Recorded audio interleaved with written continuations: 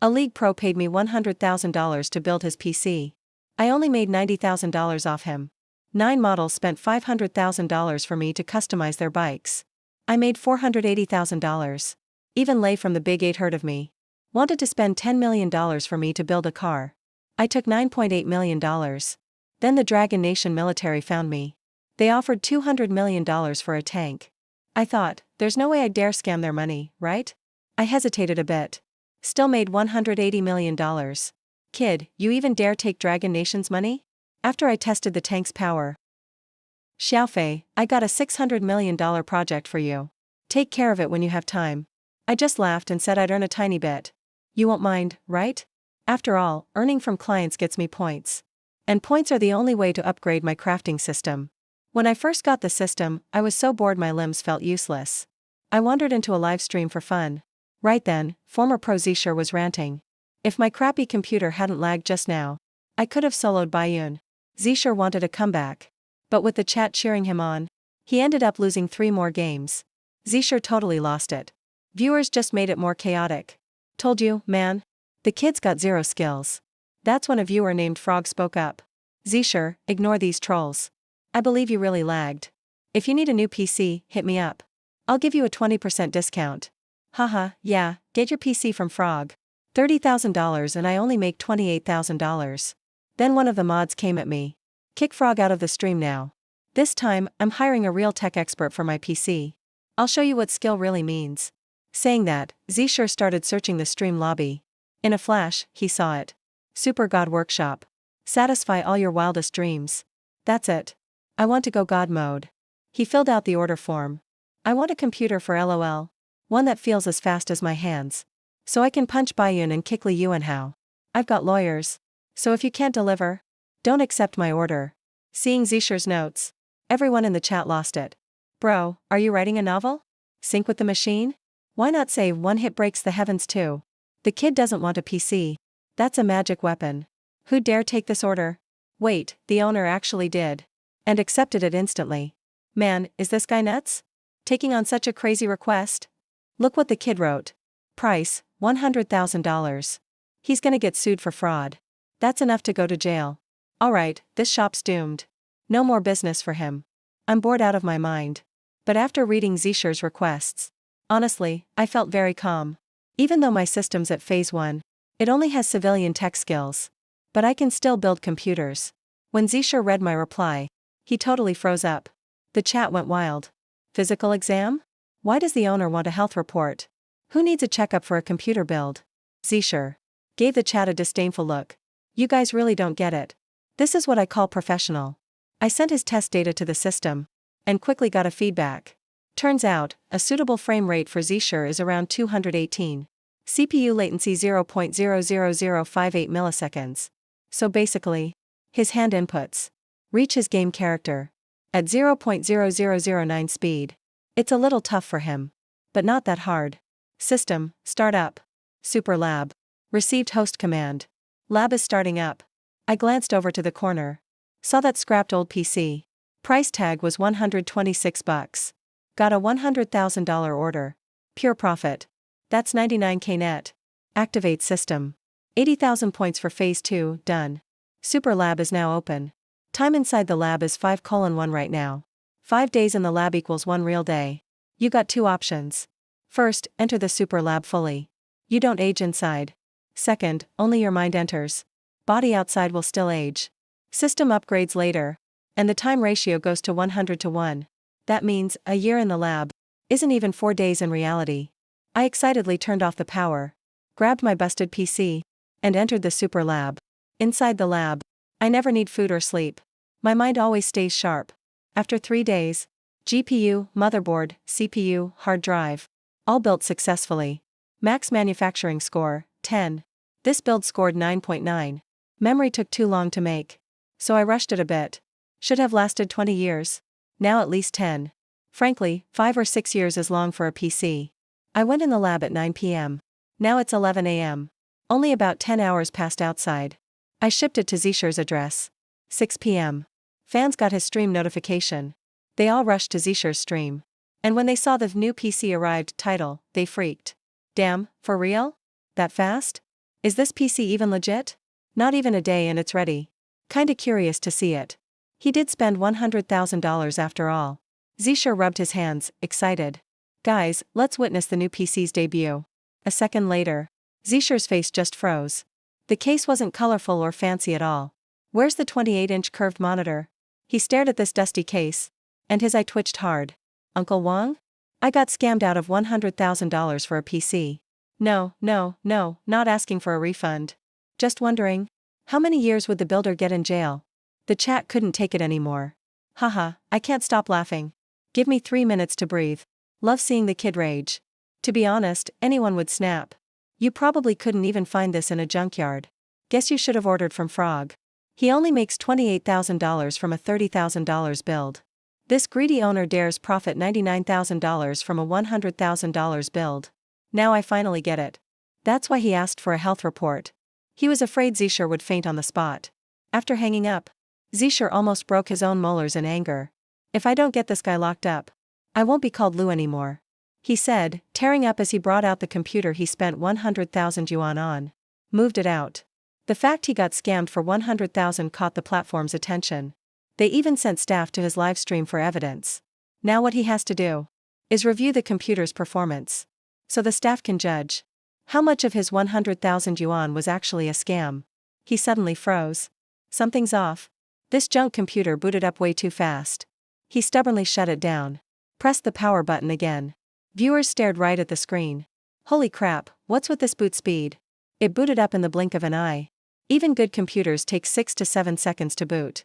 He swallowed and said, "It's not 7 seconds.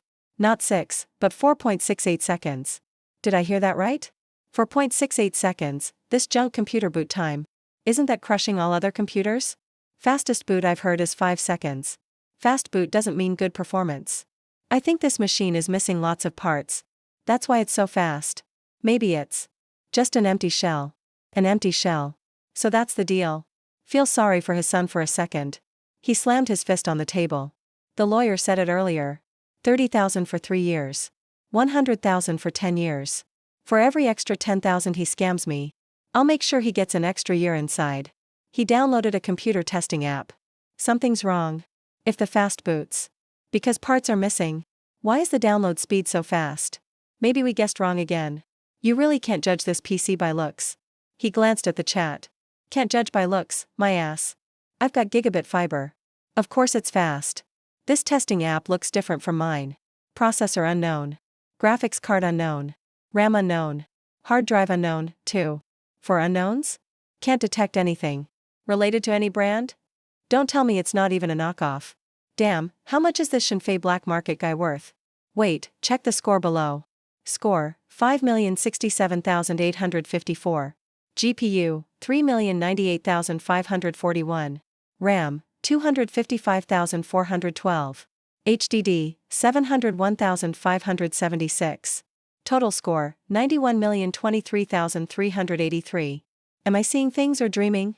I remember the highest scoring computer in China was only a few million tops.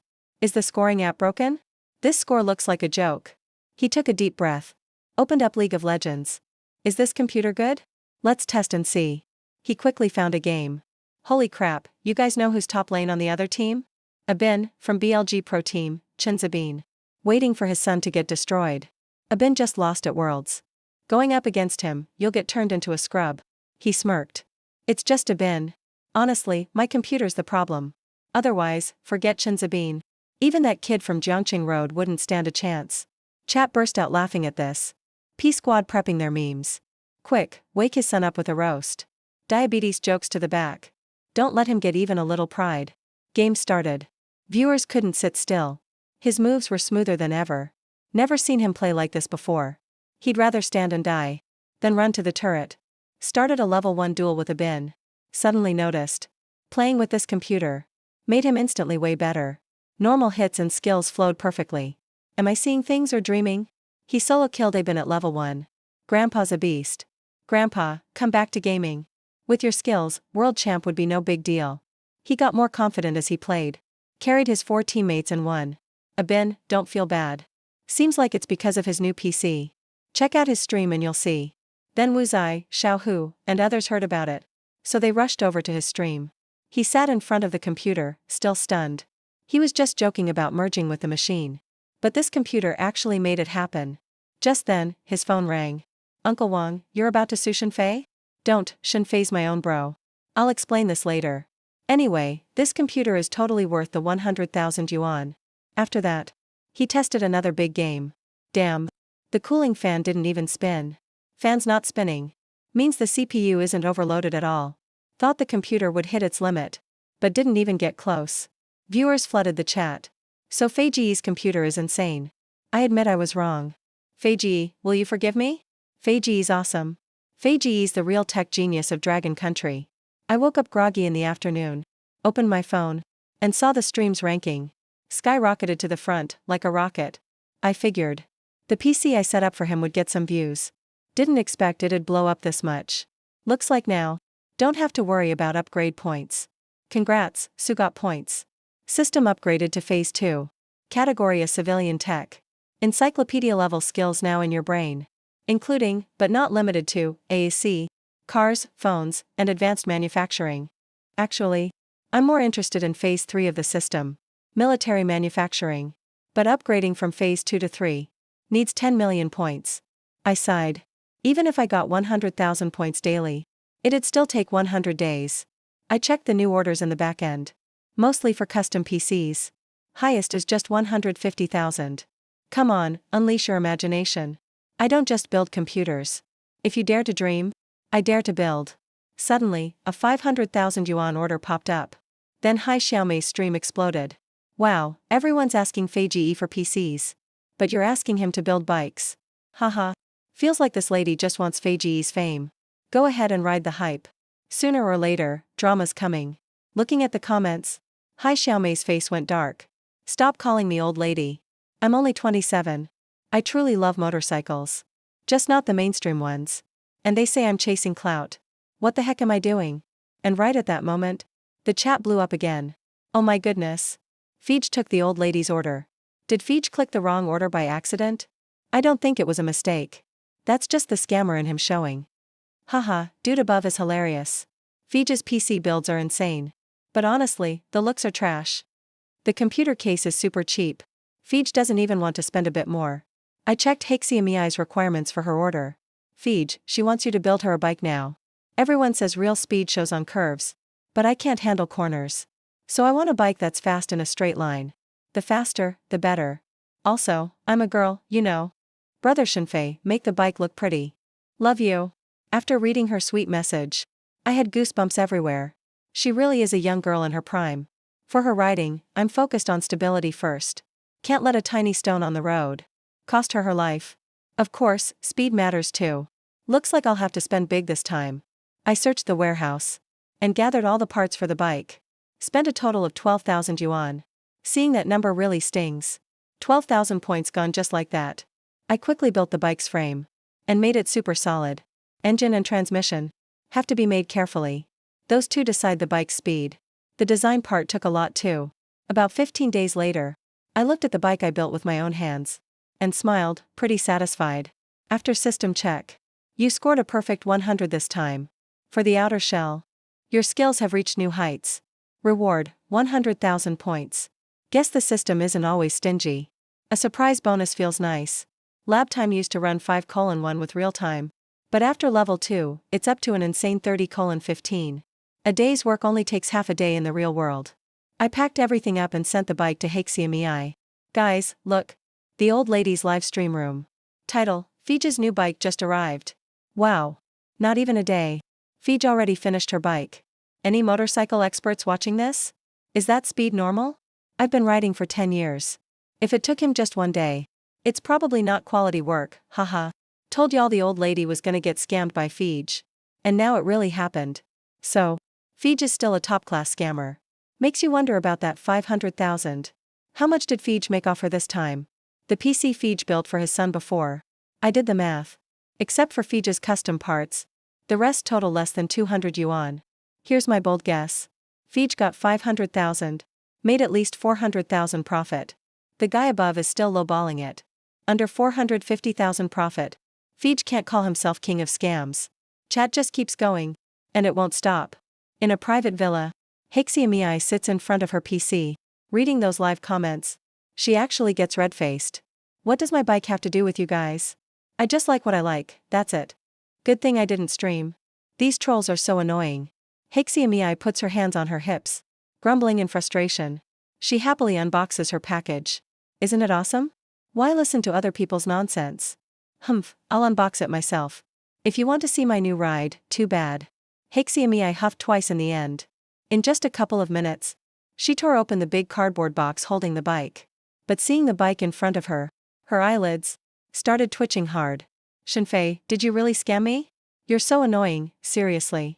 How come you're exactly like those trolls said? Scammer, seriously a scammer. This bike really is aerodynamic. But good looking?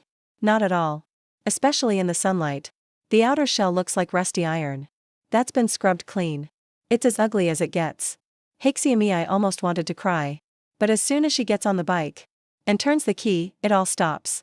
Wait, gas? Shenfei, you jerk. You're the worst scammer ever. I spent 500,000 on this. And you can't even fill up the tank for me? Shenfei, don't think I won't call the cops. Let me test the speed first. If I'm not happy, I'm calling the police for real. But before calling the cops, she obviously has to buy gas first. On Tiger Shark platform, in Miyai's stream, more and more viewers showed up. People flooded in. Her popularity nearly matched her actual streams. Everyone's definitely curious about Miyai's new bike. Whoa, guys. Guess what I just saw? Just now. I spotted the old lady. Whoa, dude. You saw her? Quick, take a photo. What's her new bike like? The chat in the live stream totally blew up after a user named DefeatAll commented. Like an explosion. And as everyone waited, a few seconds later, that user, DefeatAll, finally commented again. I took a close look, but all I saw was the old lady buying gas alone at the station. Feej built her a motorcycle, but I didn't even see her ride it over. Makes no sense. Does she always keep 98 octane gas at home? DefeatAll just sounded so confused. But some quick-minded viewers immediately figured it out. She went to the station for gas. Because Feej didn't fill the tank. Haha, that's gotta be it. Feej really is the king of scammers. He can't even spare 100 yuan to fill the tank. You can always trust Feej. He never lets anyone down. Looks like that earlier guess, 500,000 for Feej. Saying he only scammed 450,000 is low.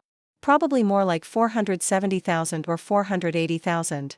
Once she gets the gas, Miyai turned the key. The bike I made for her started right up. After putting on her helmet, Xiaomei rode the bike away from the villa. She had ridden motorcycles before, but she was clearly a total amateur. So, regarding the bike's performance, she didn't really understand much. Just twisting the throttle all the way. After riding for about 2 kilometers, she finally pulled over. This bike is actually quite comfortable. But at 70 miles per hour, is that even fast? In front of her was a high-speed rail station. Because it was so remote, very few people came here for the train. However, the scenery was quite nice.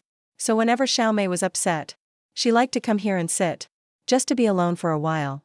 It always managed to heal her mood. Shenfei, you total jerk. Luckily, this place makes me feel better. Or I'd be dying of frustration. 10 minutes later, feeling much calmer now, Xiaomei got up to ride back home. But just at that moment, a young man around 27 rushed up to her looking very anxious. Miss, I have a real emergency. Can I please borrow your bike for a bit? Hearing the man's sudden request, Xiaomei immediately became a bit guarded. Why do you want my bike? The man turned to look at the station. Immediately after, a look of deep sorrow crossed his face. My girlfriend of 7 years just broke up with me. But she said if I can catch up to the high-speed train she's on, we might still have a chance. So please, I'm begging you. Can I borrow your bike to try? Don't worry, if I wreck it, I'll sell everything I own to pay you back. He looked straight at Xiaomei, his eyes filled with desperate pleading and a touch of stubbornness. Hearing this, Xiaomei was completely stunned. Wait, man, did I hear that right? You're chasing a train on a bike? Do you know how fast those trains go? It's not that I won't lend it, but it's impossible to catch up. Xiaomei often took the high-speed rail, so she knew its terrifying speed. It easily exceeds 300 kilometers per hour. How could a bike ever reach that? And even if it could, trains and bikes are totally different. When she hit 70 miles per hour just now, it felt like her body was flying, and her soul was trying to keep up. Riding a bike at 300 kilometers per hour. If you're lucky, you're covered in dust. If you're not, you're in a casket. Have you ever heard the saying? Even if it seems impossible, I still have to try. I'm afraid if I miss this, I'll lose her forever. Let 7 years of love burn in the wind one last time. At that moment, the man said with tears in his eyes. Hearing this, Xiaomei stood there frozen. She didn't have much romantic experience, nor did she understand a 7-year bond, or what it truly felt like. But at this moment, she was truly moved by him. She handed the keys to the young man. With a small smile, Xiaomei said, "Good luck, man." He took the keys and gave a heavy nod. Just then, a breeze from the departing train blew by. The man looked into the distance, at the train already hundreds of meters away, and yelled to her, "Thanks. I owe you big time. She's on that train. I have to go."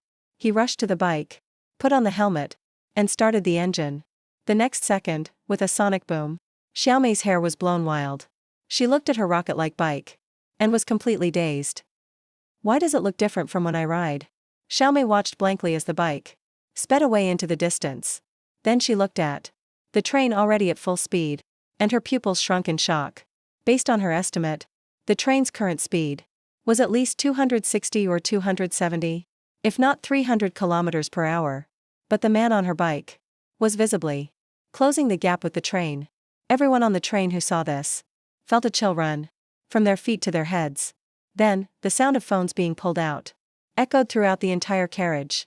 Some turned on their cameras to record this incredible sight. Others messaged their loved ones on WeChat, telling them what was happening. But at the same time, people were also puzzled. Why ride a bike so fast? Do they have a death wish? Even if traffic was light there, at such extreme speeds, one tiny mistake would mean a fatal crash. Wait, everyone look. Look over there. Just then, someone shouted in surprise again. Everyone looked over and saw the bike that had pulled ahead and vanished reappear again. But this time, the bike was stopped. Beside the bike, a young man was kneeling on one knee, gazing passionately at the train. He was clearly holding something up, though it was a bit far, and they couldn't see exactly what it was. Many guessed it must be a ring. The train carriage went silent for a second, then erupted into an uproar. That boy rode so fast, just to catch up to our train, risking his life, pushing a bike to nearly 400 kilometers per hour, just to chase one person. On this train, there must be a girl he loves deeply. By one of the windows, a quiet-looking girl, watching the boy on his knee, finally burst into tears. She covered her mouth, tears streaming down her face uncontrollably. Meanwhile, Xiaomei, still waiting at the station, had no idea what was happening. After the man named Zhang Ping rode away with the bike, Xiaomei's eyes were full of worry. She wasn't worried about the bike getting damaged. "It's not about the money, I'm just worried something might happen to Zhang Ping." After all, Zhang Ping left so fast, way too fast. Now even the high-speed train and Zhang Ping's motorcycle are out of sight. They're both gone now. Of course I'm worried. Big bro, please stay safe. Otherwise, I'll totally regret lending you my bike. But just then, a faint engine sound suddenly reached her ears. Hearing the noise, she quickly looked up at the road. When she saw Zhang Ping riding back safely, she finally breathed a huge sigh of relief. Once Zhang Ping stopped and got closer, she hurried to comfort him, saying, "Big bro, it's okay you didn't catch up. At least you gave it your best shot. Now you have no regrets." "Girl, are you doubting my skills? Or maybe your motorcycle is just that good. Maybe I just don't ride well enough, so I couldn't catch the high-speed train. But I used to be a riding fan," Zhang Ping said with a big smile. Hearing that, this time it was her turn to be shocked. "The motorcycle is too powerful. No way it can't catch up to a high-speed train." "Wait, big bro, are you saying you actually caught up?" she asked, looking amazed. Zhang Ping nodded happily. Then he turned to look at the bike behind him, his eyes full of awe. "Honestly, at first, I thought catching the high-speed train was impossible. But I didn't want to have any regrets. So I hopped on your bike, gunned the throttle and shifted hard. Then I was shocked to find, with your bike's speed, even the high-speed train looked to me as slow as a snail. I thought maybe the train was moving slow. But I looked down at the speedometer and saw 400 miles per hour. That converts to over 600 kilometers per hour. And I know, that's not even your bike's top speed yet. I didn't even twist the throttle all the way. So, girl, stop messing with me. With your motorcycle, There's no way it can't catch a high-speed train. It could probably keep up with a plane. Ajing just messaged me and said she'll wait for me at the next stop. Thank you. Thank you so much. If it weren't for you and your bike, I really might have missed her. Looking at her, Zhang Ping said, full of gratitude. Then he checked the time and apologized. Sorry, but I gotta hurry and grab a ticket to catch the next train to see Ajing. After that, he thanked her again, sincerely. Finally, Zhang Ping rushed toward the train station entrance. But what he didn't know was, as he thanked her, she didn't hear a word. After he finished talking about the motorcycle made by Shenfei, she was completely stunned. She just stared blankly at her bike by her side. She swallowed hard, gulping in shock. Never mind catching a train. Catching a plane wouldn't be a problem either. Shenfei, my dear Fei Ji, what kind of crazy bike did you give me? Sorry, I was too loud before. Fei Ji, you're no swindler. You're literally the best builder out there. You didn't fill up the gas tank. Probably because you went over budget. $500,000 wasn't even enough, right? You really went above and beyond for me. You never ripped me off at all. Right now, in her heart, my image instantly became legendary. And this bike I have now, I just can't be happier. I don't care what it looks like anymore. If it can help two lovers reunite and save a relationship, then that's the best bike ever. Props to you, Fei Ji. I'm giving you a perfect score. 10 out of 10. On the way back, Ai Xiaomei was just so happy. Her mood was totally different from before. She still didn't know. Because of her motorcycle, the internet was going wild. All this was because the passengers on that high-speed train posted all their videos online. In just a short while, everyone scrolling through their feeds couldn't stop seeing it everywhere. Every 10 videos, at least 8 were about Zhang Ping chasing the high-speed train on a motorcycle, racing for love. The whole chasing the train on a bike thing shot right to the top of trending. Countless people online were deeply moved by this love story. In a courtyard in Beijing, famous biker vlogger Pai Yu was on live stream, showing the chase video to her viewers. She played the whole thing for them. I don't know if anyone noticed. The entire video is just 9 seconds long. And in those 9 seconds, the bike passed 26 utility poles. According to municipal plans in Shanghai lately, on construction, the poles on Chenghua Avenue are set exactly 55 meters apart. So it's 26 poles, 55 meters between each, in 9 seconds. With all that, the calculation shows that the motorcycle in the video was going over 600 kilometers per hour. That's insane, just nuts. I've been riding for years. I've never seen such a wild machine. Pai Yu couldn't help clicking his tongue in awe. Looking at the motorcycle in the video, he was full of envy. Even though you can't really see the bike clearly on video, the image is super blurry. But if you ask me, with performance like that, looks don't even matter. Forget owning one. If I could just take it for one ride, I'd be happy. Pai Yu was full of dreams. And his live viewers, over 100,000 people, were just stunned by his words. The chase video itself was already shocking enough. But for the speed, no one really had a clue. But hearing Pai Yu break it all down, over 100,000 viewers, just got goosebumps. No way. Am I hearing this right? Over 600 kilometers an hour? I usually drive at 120, and it already feels like my soul's left behind. But this motorcycle, the top speed actually hit a terrifying 600 plus. Is that biker really not afraid to die? Even the Reaper wants to take him. But I simply can't catch up. I feel like the helmet he's wearing is pretty much redundant. I can only say those 9 short seconds were more exciting than my whole life. Take the dream bike of every rider. The Kawasaki H2R, for example. It has 998 cubic centimeters displacement and 310 horsepower, and can, within 26 seconds, reach a speed of 400 kilometers per hour. It's called a ground-flying jet. 400 kilometers per hour already exceeds the normal speed of a bullet train. But those specs were all tested on professional tracks. Those roads are not only smooth and flat, but also have the ideal hardness for bikes. Under those conditions, the Kawasaki H2R can reach its top speed of 400 kilometers per hour. But that Chenghua Avenue doesn't have any of those conditions. There are probably many small pebbles on the road. In that situation, for that bike to reach over 600 kilometers per hour, do you know what that means? It means the engine and drivetrain, along with its stability, are absolutely insane. It's not just one level above every bike currently on the market. Otherwise, a pebble the size of a thumb could cause a fatal crash at 600 kilometers per hour. And there's one more thing I can't ignore. The video is only 9 seconds long. But the chase definitely lasted longer. The whole process likely took over 2 minutes. A Kawasaki H2 R at 400 km per hour would blow its engine after 1 minute. But that bike hit 600 and ran for 2 minutes without a single issue. I don't even know what words to use to describe it anymore. It completely shatters my knowledge of bikes. Calling it the unrivaled king of the bike world wouldn't be an exaggeration at all. As Payu finished speaking, the excitement in her beautiful eyes could no longer be hidden. And the many viewers in the stream, after hearing Payu's analysis, were also completely stunned. The bike they saw in the video could actually be called the most badass motorcycle on the planet. A Kawasaki H2R costs over $100,000. So this bike, being levels above an H2R, must easily be worth over $1 million. On Warehouse Avenue, while the netizens were speculating, Hai Xiaomei, the owner of the bike, knew nothing about all this. She was cruising casually down the highway. And because she was in such a great mood, she even started a live stream. I'm in a good mood today. Streaming for half an hour. Hearing Hai Xiaomei's cheerful voice, the chat went silent for a moment, then exploded like a tidal wave. Wait, did I hear that right? Good mood? Is that woman out of her mind? After being scammed by that crook brother Faye, she's actually in a good mood? Man, I can't take this. Totally unacceptable. Shouldn't she be heartbroken and crying? I came here to see her cry. Guys, is there a possibility that she's in love with brother Faye?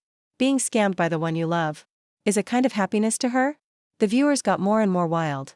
Hai Xiaomei glanced at the chat while writing, and just happened to see those comments. Immediately, her eyes started to twitch. Hey, what the hell am I that desperate for? Before she could finish her sentence, she suddenly let out a scream. The viewers were startled by the scream. Both rider and bike crashed into the curb.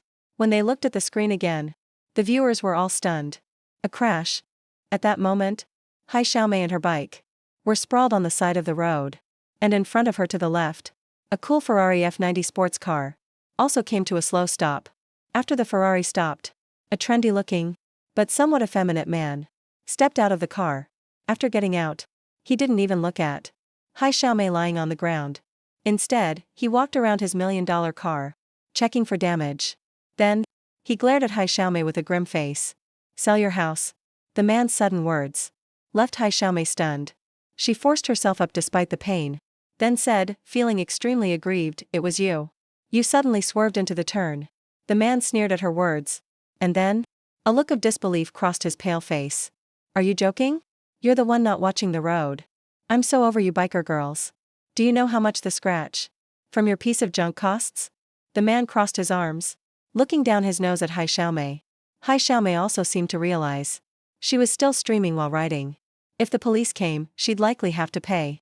So, Hai Xiaomei bit her lip and said, "I'll pay for the damage to your car, but you also have to pay for my bike."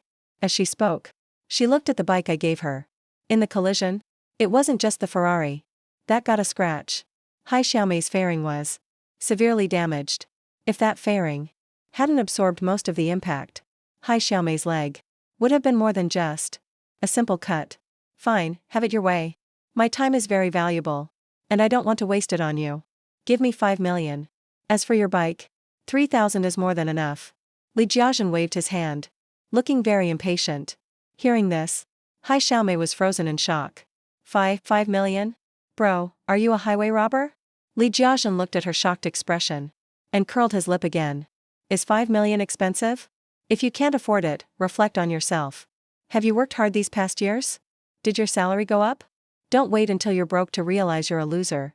Forget it, I'm done wasting words with you. I'll call the cops and let them handle it. As Li Jiazhen spoke, he started to pull out his phone to call. Seeing this, little Hai gritted her teeth. So just because you say 5 million, it's 5 million? It's not like I've never seen a sports car. Even if you completely repaint your car and fix it up, the most it'll cost is 200,000 tops.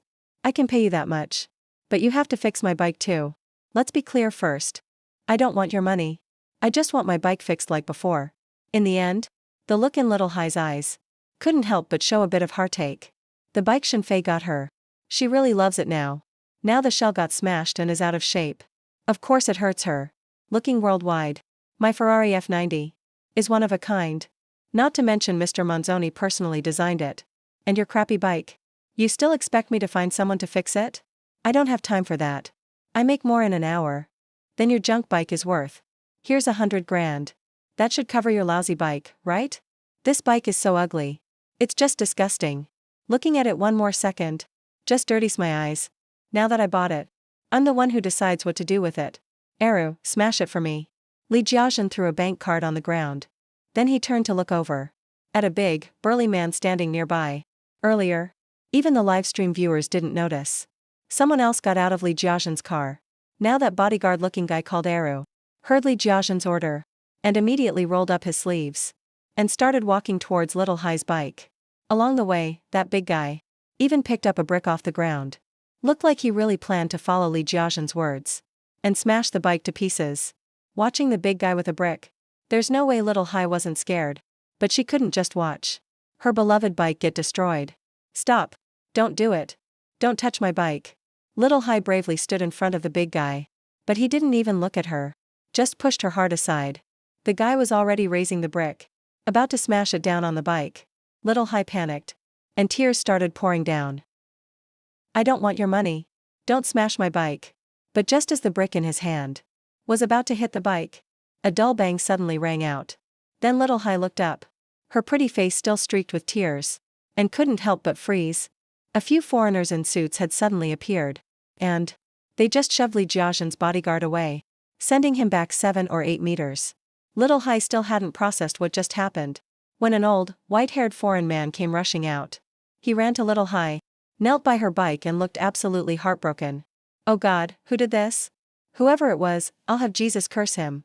Curse him. The old man kept talking as he actually started wiping away tears.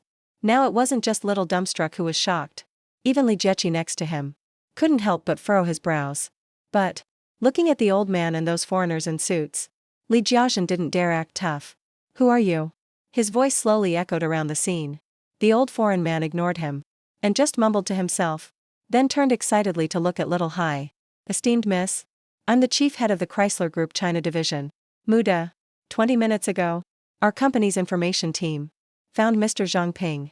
After consulting with Mr. Zhang Ping, we learned that the bike capable of hitting over 600 kilometers per hour is yours. Now, on behalf of Chrysler Group, I greet you, esteemed lady, and hope you can transfer this incredible bike to us. Of course, rest assured, we'll give you a price you'll be happy with. Muda's bright eyes made Little Hai a little creeped out, and the way he spoke flawless Chinese made Little Hai just freeze in shock. As for the countless viewers watching the stream, there was a moment of silence. Then total chaos. Damn, did I hear that right? Is the old foreign guy saying the bike that chased the high-speed train belongs to that lady? That bike everyone's been raving about, the one that's legendary in the bike community, was actually made by Fei Ge? Wasn't everyone saying it's just a marketing stunt? Babe, slap me. I think I'm hallucinating watching this live stream. Seeing that Little Hai was still spaced out, Muda turned and looked coldly at Li Jiazhen. Muda gently waved his hand, and the big foreign security guys next to him headed straight toward Li Jiazhen. They walked over right at him. Li Jiazhen saw this. His throat moved, and he swallowed. He stammered, "What are you doing? This is a nation of laws. Hitting people is a crime." Before Li Jiazhen could finish, another dull bang sounded. Turns out those foreign bodyguards weren't going for him, but went right past him, pulled out batons, and started smashing his multi-million-dollar sports car. Hit after hit, the sound of metal and glass echoing in the air. Not even a few seconds later, Li Jiazhen's Ferrari, all shining and bold, was wrecked beyond repair. Seeing this scene, Li Jiazhen couldn't help but twitch at the corner of his eyes. But with those foreign bodyguards around, he didn't dare say a word. Not far away, Little Hai had just snapped out of her daze and came to her senses. Looking at this wild scene, she hurriedly said, "Uncle Muda, I never said I wanted to sell you the bike." Little Hai thought Muda was helping her out, but when he heard her, Muda just shook his head slowly and said, "My esteemed lady, this has nothing to do with whether I'll sell you the bike or not. He damaged this gift from God to humanity. Of course I want payback. What a perfect motorcycle. All because of this idiot. Now there's a flaw." Shaking her head, she finished talking to Hai Girl. Mud then looked at Li Jiazhen with a cold expression. "Your bike is totaled now. Later, our Chrysler Group will compensate you with a new one. Exactly the same. But for what you did to this bike, Our Chrysler Group is ready to fully represent this distinguished lady and take legal action against you. If the bike's shell can be restored, it's better if it can't. Then you'll face the most serious legal consequences. Our entire Chrysler Group legal team will treat this case as our top priority. Of course, before that, I need to remind you, the shell of this motorcycle is directly related to its insane stability. This kind of tech has never appeared anywhere in the world. Every word from Mud was hitting hard, echoing around the scene. Li Jiaxun was completely stunned, just thinking about how he'll face an entire international company's legal department. Li Jiaxun couldn't stop shaking. As for the countless viewers online, after what Mud said, they finally got it. Muj. Why he'd step up for High Girl as the regional head makes sense now. At this point, the real reason is still all about the bike Shenfei built. Uncle Mud, thank you so much. But I still can't sell the bike to you. But you can order one from Bro Fei. You know, this bike was custom made for me by Bro Fei. Just the name Shenfei makes High Girl totally starstruck right now. Mud just shook his head and gave a wry smile when he heard that. Since we found you, miss, we also know where the bike really came from. And we got all the details. Right away, we placed an order with Mr. Shenfei and sent him a formal proposal to collaborate. But Mr. Shenfei replied he's not interested. Mr. Shenfei, he only sells products, not patents. If we figure out how Shenfei's tech works, he'll let us use it. We just have to pay royalties. Just a licensing fee, that's all. That's why we're so eager. How about this?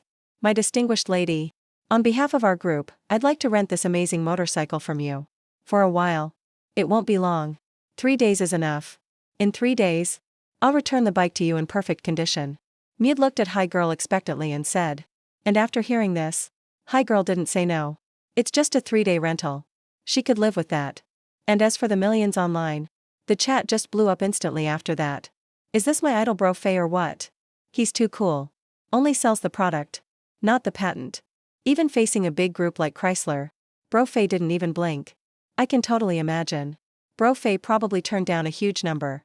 Seriously, with a bike worth 10 million, Mud even said he didn't mind wrecking it. The price they offered must have been 9 digits easy. All I can say is, the tech in Bro Fei's bikes is literally priceless. Bro Fei's awesome in every way. Just way too many orders. When's it gonna be my turn? Countless viewers kept talking non-stop. No sign of it slowing down. And the smart ones? Already raced to my live stream room. Just like always, all I do on my channel is take orders. Never actually stream. But right now, I can't believe how many are pouring in. The numbers just shattered all records. 2 million, 3 million, 5 million. Until the stream heat index shot up to 8 million, then finally started slowing down. And now, pending orders have shot past 800,000. And that number is still growing crazy fast.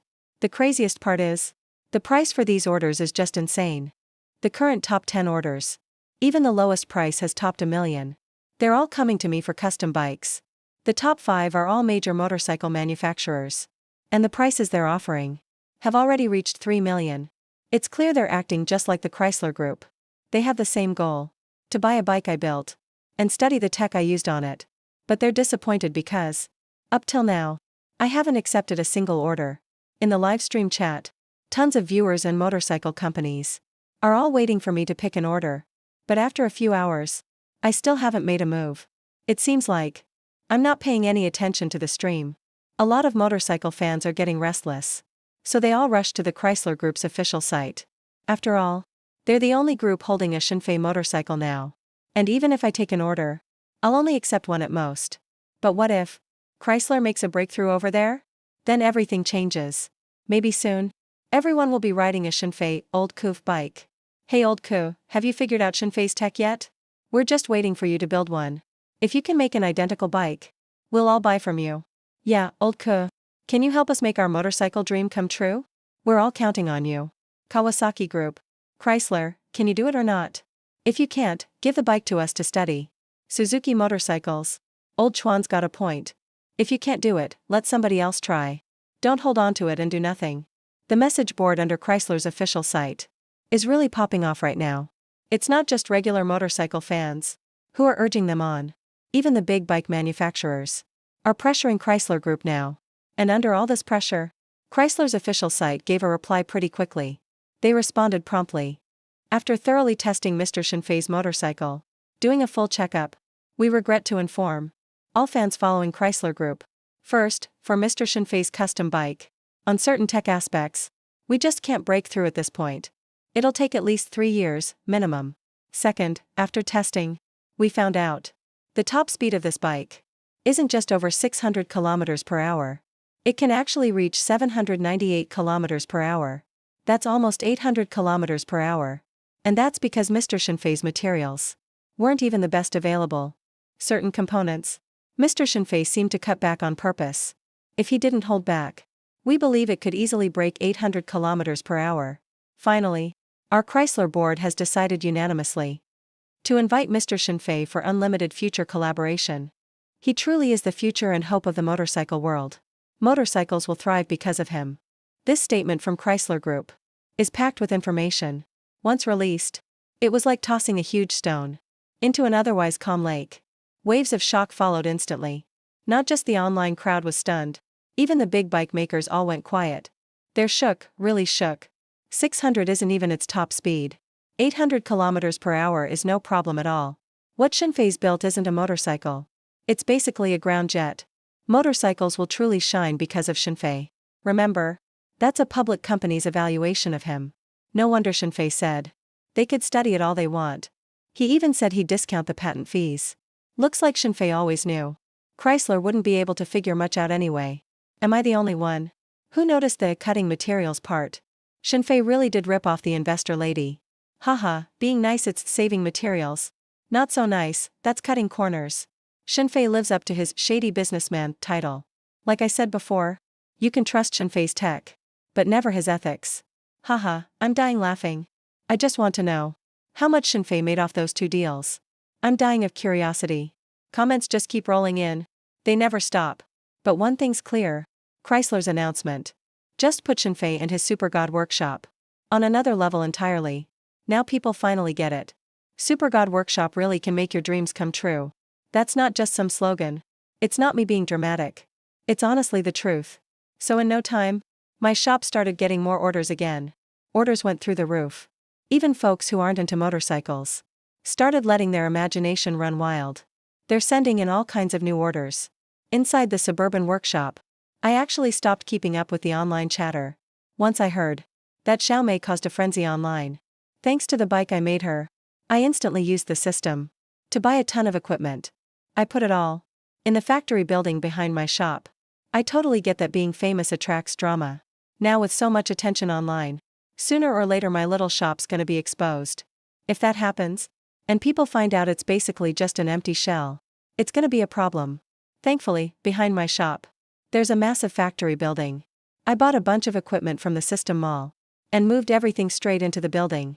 At first glance, my shop actually looks legit now. But all that gear used up nearly all the money I made from those 2 big orders. Almost all spent. Now my account balance is down to less than $2,000. I patted my hands, brushed off the dust from setting up the factory, cleaned myself up, and sat back at the computer again. Time to take my 3rd order. Right now, I'm still far from the 10 million system points needed for the upgrade. Long way to go. But as soon as I opened the live stream room and saw the tags under my shop description, I couldn't help twitching a bit. Tech Genius, 1.08 million likes. Snail Speed Efficiency, 960,000 likes. Worst Streamer Who Never Streams, 740,000 likes. If Shinfei can accept those, then Shady Businessman King, 5.78 million likes. What is that even? Man. So what if I saved a tiny bit on costs? You can't just focus on my materials and ignore everything else. I mumbled to myself. Whatever, forget it. If I'm a shady businessman, so be it. It's all the system's fault. And they only figured out that I made money. But there's no way they could guess how much I made, I said confidently. But at that moment, a system alert popped up. And I was honestly stunned. Ding. Periodic financial report is being generated. Expected completion within a week. The system will automatically announce the financial report in the host's live stream. The system's soft voice rang in my mind. But right then, the system's voice sounded ice cold to me. After being silent for more than 10 seconds, I finally exploded, face dark. System, are you kidding me? I'm just a small manufacturing shop, not some big listed company. Why announce a financial report? You told me to make money from them. And now you're stabbing me in the back. Are you even human? Or do you think my life has been too easy? Trying to get those customers. To kill me? My chest was heaving. The anger in my eyes felt almost real. Lucky the system can't be seen or touched. Otherwise, I'd want to teach it a lesson myself. Right now, people online are just guessing how much money I made. When the financial report is released, it won't even matter if people call me a shady investor or not. That's not the point anymore. I'm just worried that one day, if the shop's address gets leaked, there'll be a mountain of blades at the door. I was fuming. But after the alert, the system totally went silent. No matter how much I yelled, there wasn't the slightest reply. I took a deep breath. I knew it was pointless to talk to the system. This system is just here to mess with me. I straightened up at my computer again. Still mad, I started checking orders. Looking at all these fancy orders, and their sky-high prices, my mood actually improved a little. After Chrysler publicly said, my motorcycle tech couldn't break through for now, all the big airport companies gave up. So the prices didn't go any higher. But the top orders now are between 3 and 3.5 million each. At this rate, just a few more motorcycle orders, and I can reach 10 million soon. That'll upgrade the system points. And the system will reach phase 3. Upgrading is important. But honestly, enjoying the challenge and pushing myself matters even more. Otherwise, when it hits phase 3, or even 4, 5, 6, the functions will get way stronger. But I might not be able to keep up. Thinking this, I stopped what I was doing, planning to wait for the right order. Or maybe later. If there are no good orders, I'll just pick the one with the highest price. But just then, an order suddenly popped up in the back end. And it shot straight to number 1.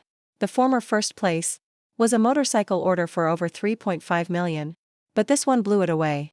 I was a little surprised. Then, I clicked open the order to check the details. At first glance, I frowned a little. But after reading it twice more, my eyes started shining. Alright, this is the one. As I accepted the new order, the internet blew up. Sharkstream platform. In the live stream where I run my shop, there were millions of viewers watching. Seeing me take that order, everyone was stunned. Me Tech, what the hell? It's actually Me Tech. Is Faye's reputation already big enough to reach Les Boss?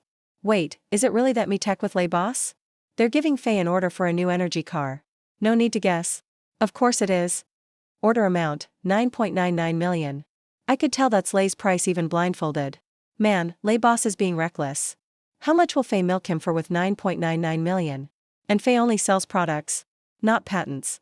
Isn't it way too much to pay 9.99 million for one car? I bet Faye the scam master is just fishing. And right now, looks like he's caught a big one in Les Boss. Haha, maybe this is Faye's retirement order after making 10 million. If that's the case, Faye could just quit after this. Still, I think Dear Les Boss is about to get played hard by Faye. Motorcycles and cars are totally different, especially new energy vehicles. The tech is way more advanced.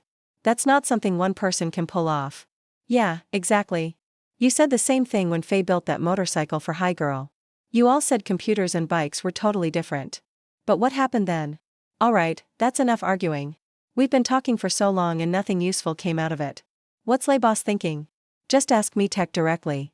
After all that chat in the live stream, viewers left my channel one after another, and flooded the comments on Me Tech's website instead.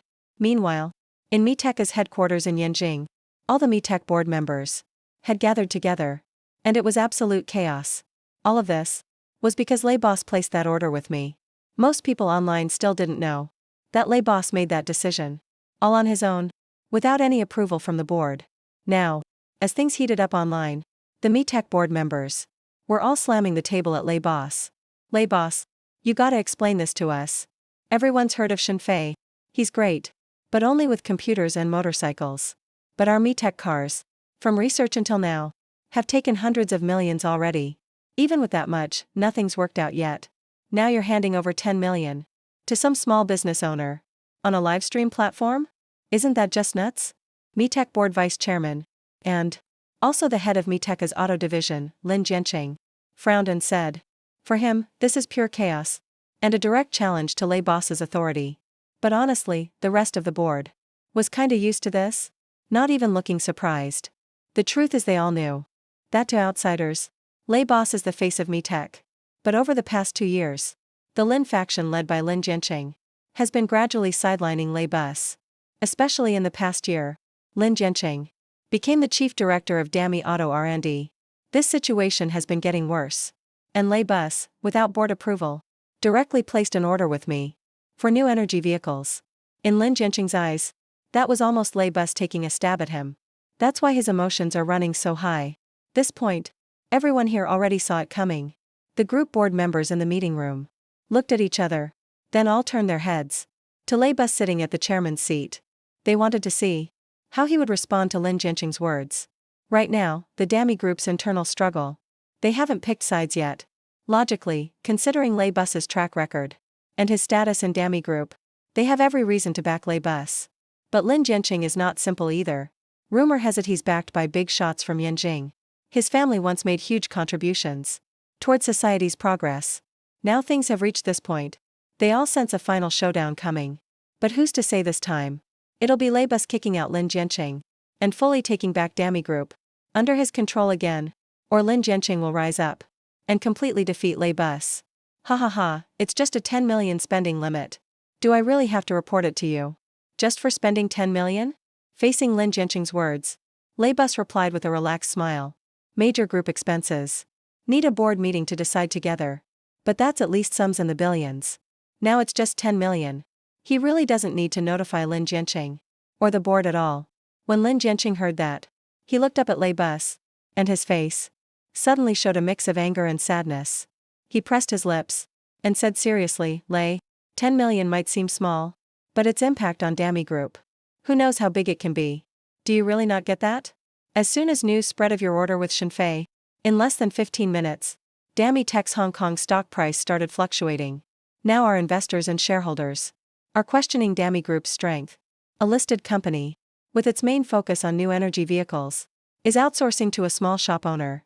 If this keeps up, Dami Group could be ruined.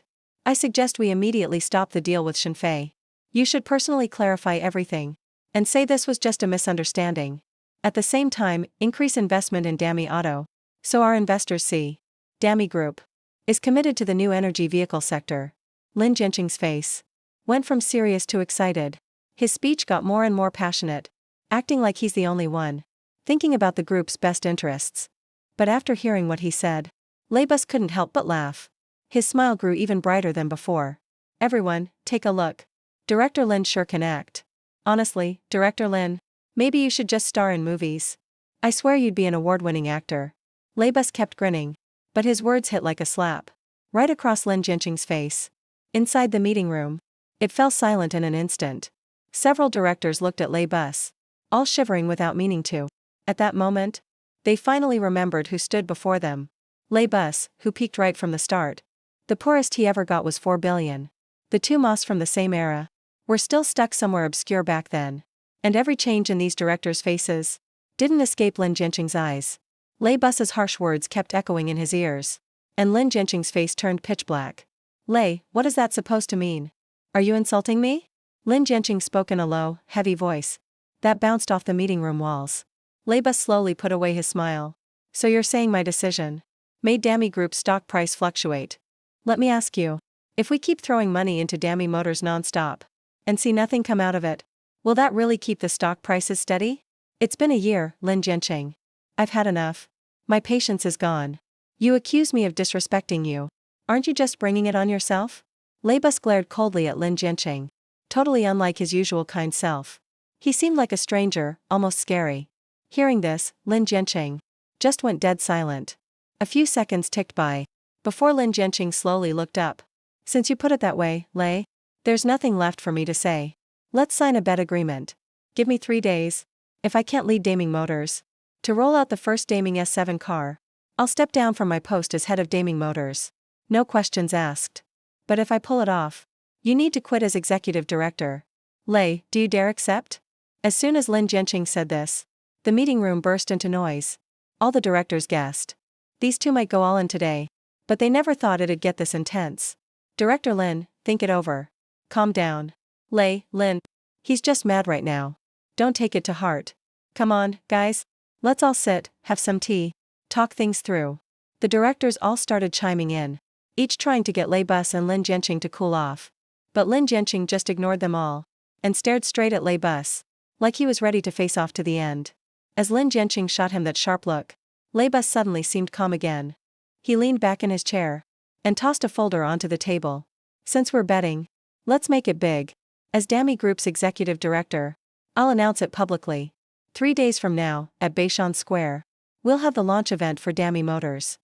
You show up with Dami's S7. I'll bring the car Shenfei gave me. We'll see who's the real winner. If you win, I'll not only step down as executive director, I'll also sell my Dami shares. Every single one. But if you lose, I don't want you in Dami anymore. You have to sell all your Dami stock. Every bit of it. Lei Bus didn't raise his voice. But every word hit like thunder, ringing in everyone's ears. No one expected this. Lei Bus had already written the whole wager agreement. The dozen or so directors came to their senses, and all stared at Lei Bus together, thinking he must be out of his mind. Looking at this agreement, Lin Jianqing clearly has the upper hand now. Whatever you say, Dami Motors has been developing for a year. God knows how much money went in. And now Lei Bus wants to bet everything with just Shenfei and 9.99 million. Going head to head with Lin Jianqing. It's basically Lei Bus and Shenfei against the whole Dami Group. All the directors traded looks, their faces showing just a touch of disbelief, mixed with real respect. Never in their lives did they expect one day Lei Bus would stand as an outsider, fighting the very Dami he built himself. But what they did understand is that what Lei Bus is doing, good or bad for him, is what's best for Dami Group. Because, no matter who wins, Lei Bus or Lin Jianqing, Dami Group comes out on top in the end. Their struggle will quietly resolve, without any fallout. No harm done. Most people won't even know what happened. Thinking that far, every director in the meeting room couldn't help but look at Lei Bus with respect. At least right now, he's earned their full respect as a person. But when it comes to business, the directors here will still all side with Lin Jianqing in the end. Because from the moment Lei Bus brought out the wager agreement, not one director actually believed he could pull this off with just 10 million. In only 3 days. Even if Shenfei is crazy talented, even if people hype him up as a genius, they still don't think he can create an electric car that wows everyone. Lei, why do this to yourself? Sure, we have our differences. I'll admit it. I do want to be executive director of Dami, but I never wanted to push you out for good. Lin Jianqing's gaze kept shifting between Lei Bus and that agreement on the table, obviously hesitating. Lei Bus's move really shook him. Since day one at Xiaomi, Lin Jianqing knew Lei Bus was no easy opponent. Even with connections in Beijing, the background there still made Lei Bus wary. Over the years, at Xiaomi, Lei Bus pressured him at every turn. His old friends who joined other big companies around the same time are already in top positions, but he's still on the margins, never quite getting ahead.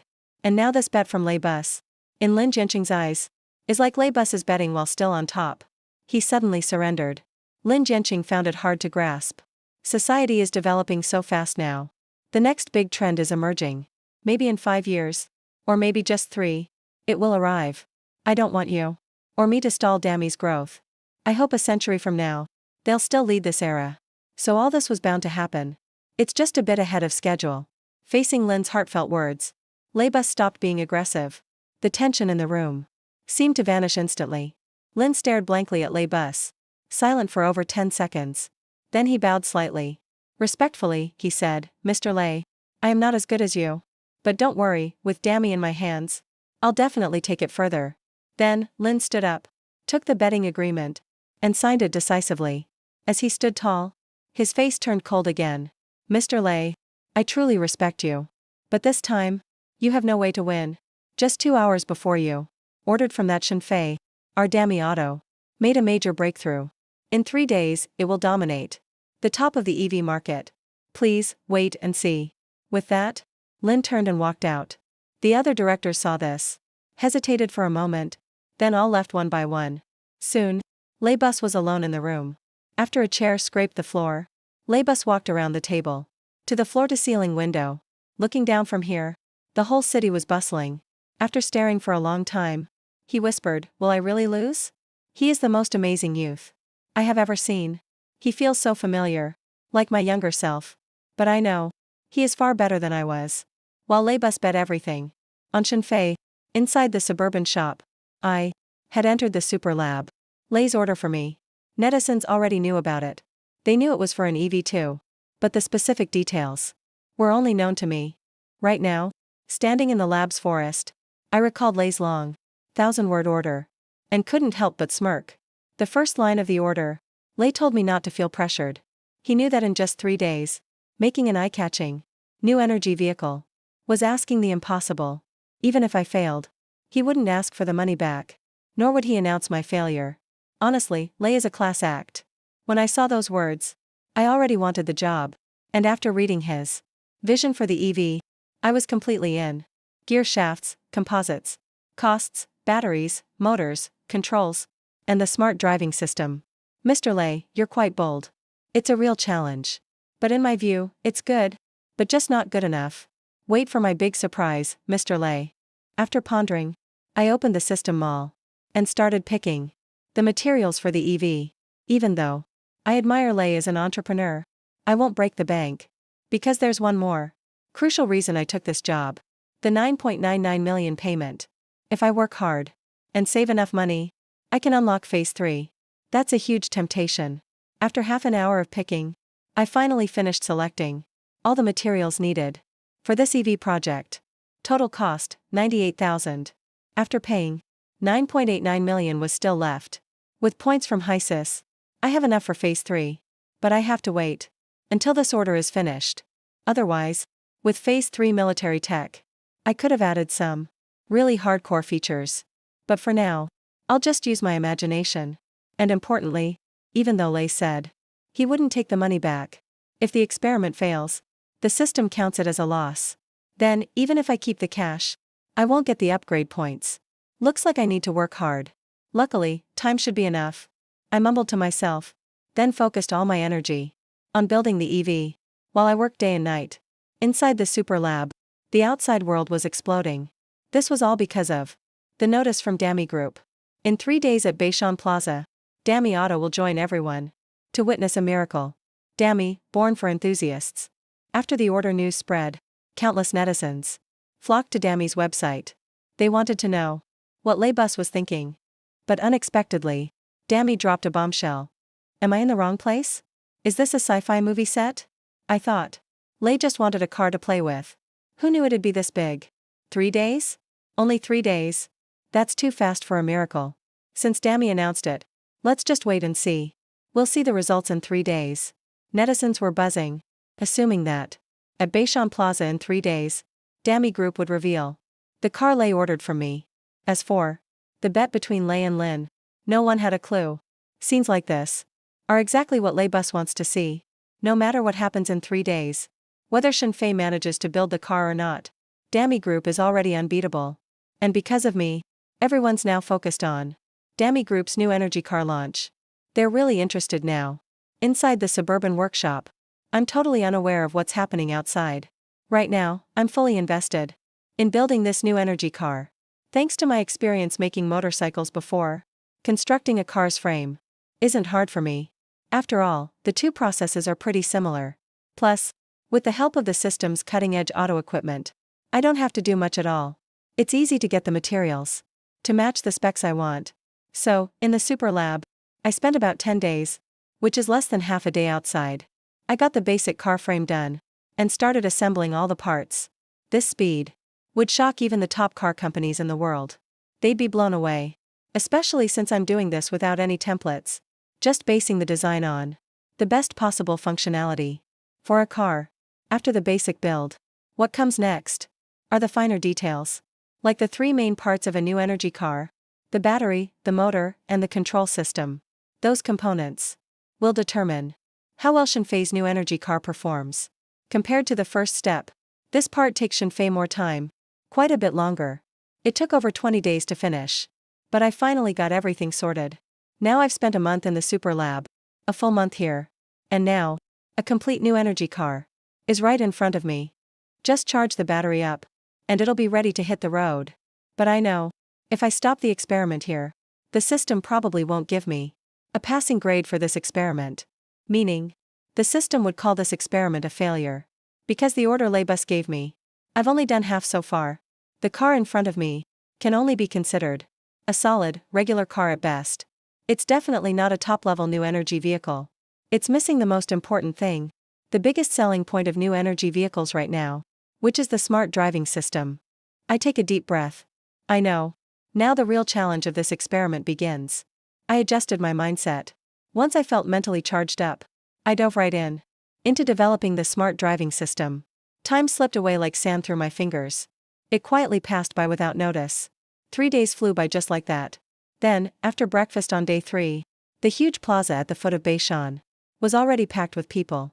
Colorful flags with Dami Group written on them were raised high, fluttering in the wind. You could spot them from hundreds of meters away. And it's not just regular folks. Everyone was hyped for this Dami event brewed for 3 days. The car launch event had caught a lot of interest. Even some business big shots woke up early. Some sat in front of their TVs, waiting for Dami's press conference, for the live broadcast.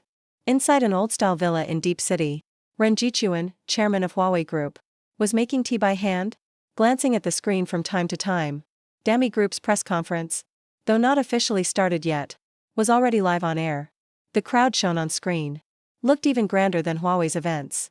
About this crowd, Ren Jichuan's little niece Jiang Qianqian couldn't help but pout. She said, "Uncle, this is just wild. I know Shenfei is famous and talented. He single-handedly built the fastest, most stable bike in the world. Made Chrysler Group chase him desperately. But Dami and our Huawei, clearly they're not on the same level right now. Anyone who didn't know better might think Dami is actually the top tech company in Dragon Country." Jiang Qianqian had an unhappy look on her face. Ren Jichuan doted on her, so she's always honest with him. Looking at his beloved niece, Ren Jichuan couldn't help but shake his head and laugh. "Qianqian, watch this live stream closely today. I bet you'll learn a lot. Dami might not be bigger than Huawei, but when it comes to talent, 10 of your uncles can't compare to one Lei Bus," Ren Jichuan said seriously. Maybe he's trying to be humble, but it's obvious. He holds Lei Bus in very high regard. Practically the highest. Jiang Qianqian, hearing that, her pretty big eyes immediately started sparkling. She shook Ren Jichuan's arm sweetly and said in a cute voice, "Uncle, did you figure something out? Come on, tell me, tell me." Ren Jichuan heard her and glanced at his niece with a helpless look. He took a sip of tea, then said, okay. So, your Uncle Lei's move here is clearly leveraging hype. Leverage hype. Jiang Qianqian tilted her head, her face full of confusion. Ren Jichuan paused, took a breath, then continued, "Qianqian, actually, you've already noticed.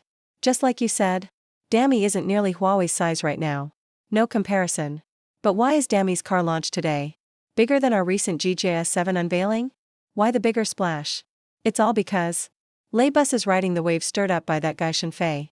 And wrapping up the point, Ren Jichuan looked deep and thoughtful at the screen in front of him. On the screen, the official start of the launch event was less than 5 minutes away. Jiang Qianqian next to him, hearing that, her bright eyes went wide right away.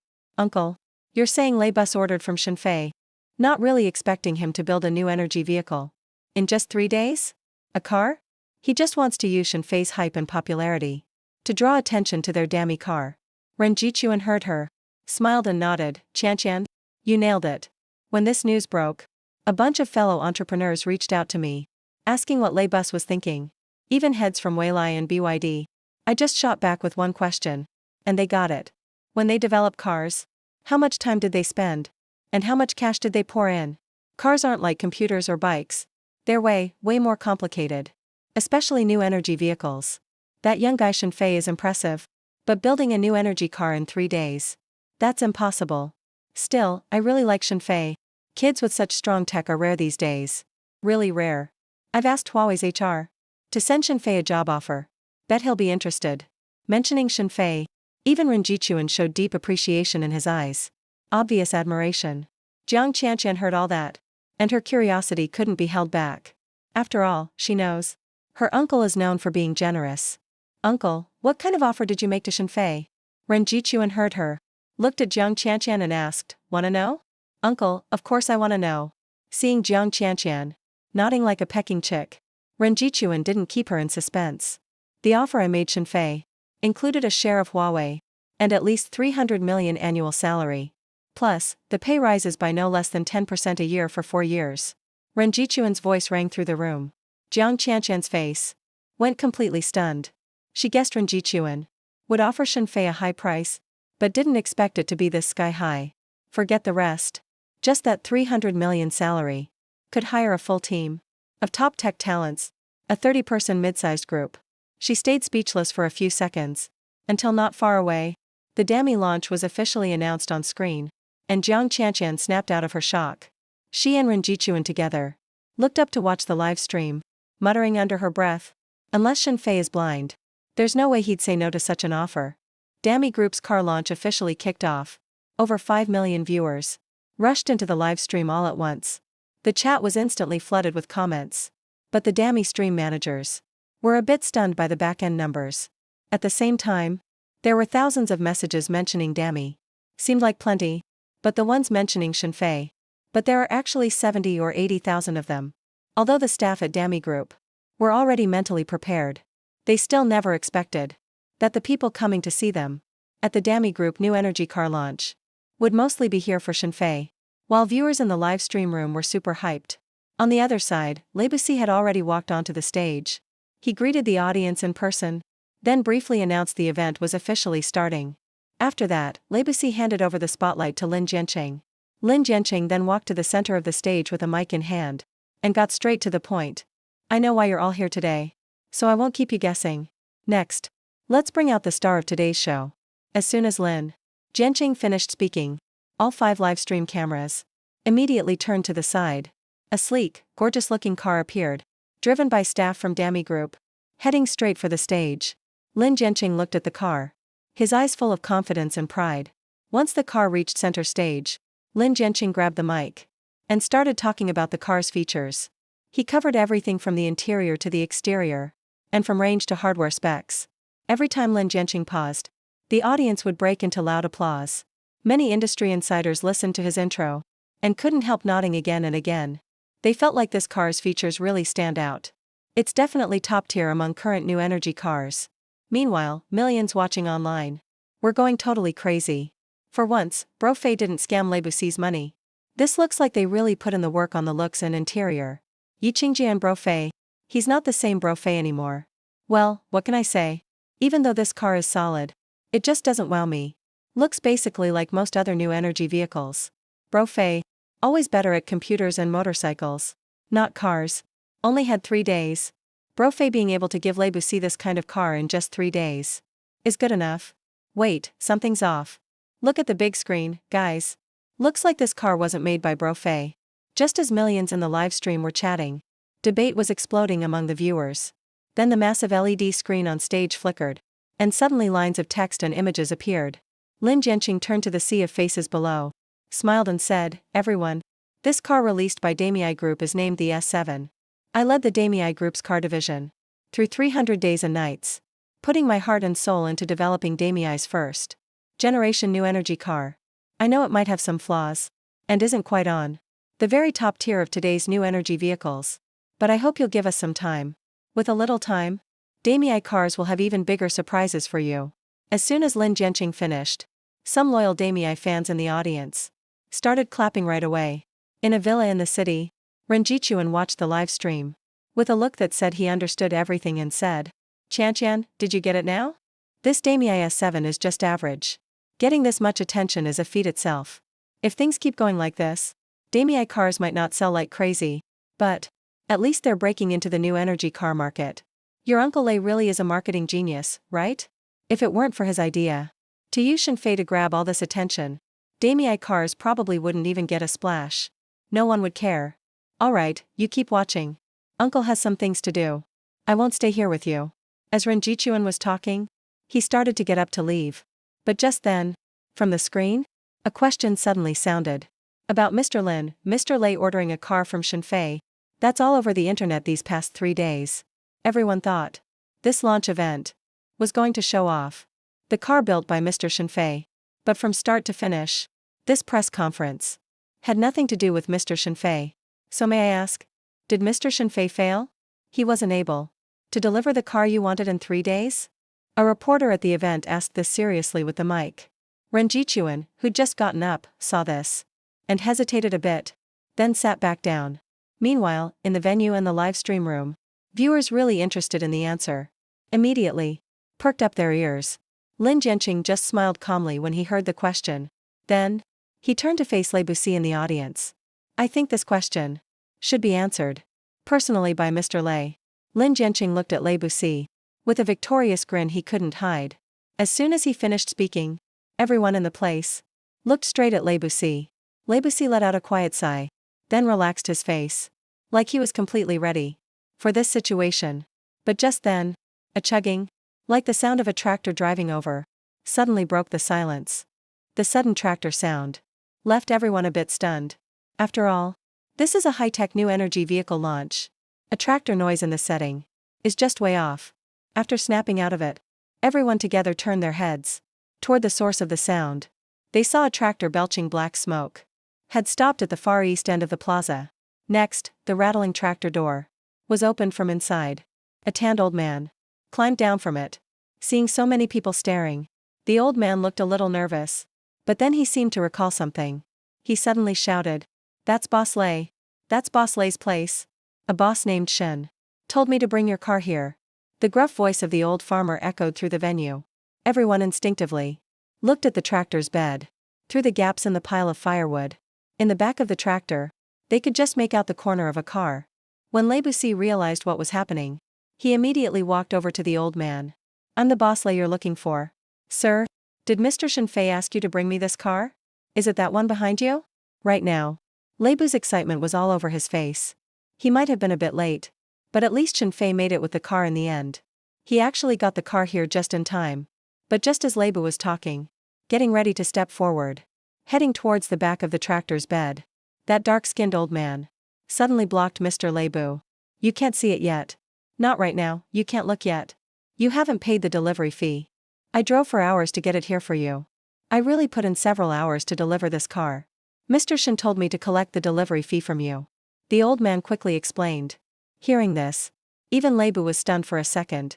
And the millions watching the live stream just lost it and started cracking up. "I'm not joking. I just took a sip and spit my water out right away. Haha, I can't handle this. Let me laugh for 3 minutes. Using a tractor to deliver Lei Bu's car is one thing, but then making him pay the shipping fee at delivery. No one else would ever do this. That signature style. That same classic vibe. Feej is really still Feej. Guys, look at this. Lei Bu's doubting life right now. This feels so good, guys. I'm done, this is perfect. This is exactly the feeling. Everyone in the live stream is losing it. And the whole scene bursts into laughter. Only the old man is watching Lei Bu carefully, looking like he won't let him see the car until he pays. Lei Bu came back to reality, and his eyes started twitching hard. Then he waved back at someone behind him. A woman who looked like his secretary hurried over. She pulled a few $100 in cash from her wallet and handed it to the old man. Then the old man smiled and led Lei Bu over, heading to the back of the truck bed. After a moment, the old man dropped the truck bed railing, so everyone could finally get a better look at the new energy vehicle Shenfei built. But once they saw what it looked like, everyone at the scene froze for a second, because it looked nothing like other EVs on the market. The style was totally different. Take a close look. It kind of resembles the old AE86 that was discontinued years ago. Is Fei a fan of Fujiwara Takumi? So he made a car that looks like an AE86? All I can say is, when I saw this car, I instantly felt that retro vibe. I actually kinda like it. Alright, I think Fei's being a typical shrewd businessman. Either he just didn't want the hassle, or he was trying to save money. So he went straight for a beat-up old used car, then turned it into a new energy car. Haha, it really look alike. Bro upstairs. You really know Fei well. While the audience was busy chatting, on the other side, Lei Bus couldn't wait to climb onto the tractor's bed. All 5 live camera angles were focused right on the car I built. Not far away, someone just got off stage. Lin Jianqing was looking over this way. His face showed he didn't care at all. Next to him, a few Dami Group board members stood. At this moment, they were already congratulating Lin Jianqing early. Congratulations, Chairman Lin. The Dami S7 you led the team to create has been a total success today. That's right, from now on, our Dami can finally say we've officially entered the world of new energy cars. Chairman Lin deserves all the credit. Hey, I just checked.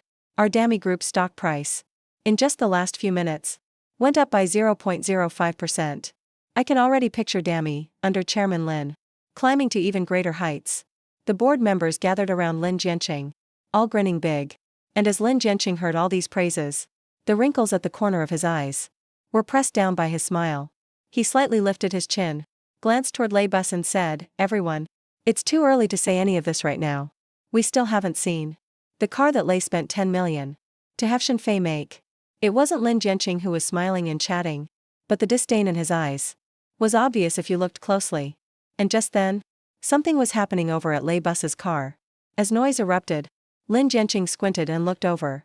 Meanwhile, Laybus used the car key Shenfei left to open the door. The interior was just like most new energy cars. Nothing really different. But the issue happened right when Lei tried to start the car. The car was still on the tractor trailer. Support was already set up, ready to drive down right after starting. But when Lei pressed the start button, the car didn't react at all. Seeing this, spectators on-site and online immediately started talking. "Damn, did Fei mess up? Why won't the car start? Guess 3 days was really too short. Fei probably missed something. That's it, Fei's reputation is ruined. The car won't even start.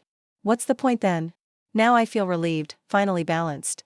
Otherwise, compared to Fei, I always felt like such a loser." The place was full of noise. Laybus was frowning, checking the car, trying to figure out what went wrong. With his tech background, he actually knows a thing or two about cars. Not as much as some high-end experts, but way better than most people. Now, checking deeper. As he checked, Laybus soon couldn't keep it together. The car had no power. Laybus slumped back in the seat. Even he couldn't help cursing. You could see several black lines appear on his forehead. And his voice got broadcasted through the live feed. Suddenly, all the noise disappeared. Beishan Plaza, so huge, fell totally silent. The silence lasted for several seconds. Then the site burst out laughing. A bunch of people were doubled over. Couldn't even stand up straight. Just couldn't straighten themselves. Some people were laughing so hard they were tearing up. Many had only heard of Shenfei's reputation as a shark, but never had a real idea. Today, they finally got to see it firsthand. And online, all those fans here for Shenfei were having the time of their lives. "I can't take it. Let me catch my breath. I'm laughing to death here. Same old vibe. Same old routine. Definitely still the same shrewd boss. I thought Fei wouldn't even give a tank of gas. My little sister's family had it rough enough. But Laybus's situation turned out even sadder. Fei didn't even bother with a full charge. A $10 million order. But wouldn't spend $30 on electricity. Looking across the whole business circle, this is truly wild. Everyone else treats customers like kings. But Fei treats himself like the king. Bet Lei never expected. His reputation wouldn't do him any good with Fei. He'd still get played just the same. No doubt about it. Didn't you see Lei was totally thrown off? Only Fei could make a billionaire lose his cool. Seriously, only Fei. Leaning back in the car seat, Laybus was feeling super complicated right now. Thinking back about all those order requests he made to Shenfei, Laybus wasn't sure he could hope for much. But just then, Laybus's phone beeped. He instinctively checked it, and was instantly caught off guard. Laybus had thought it was a business partner texting him.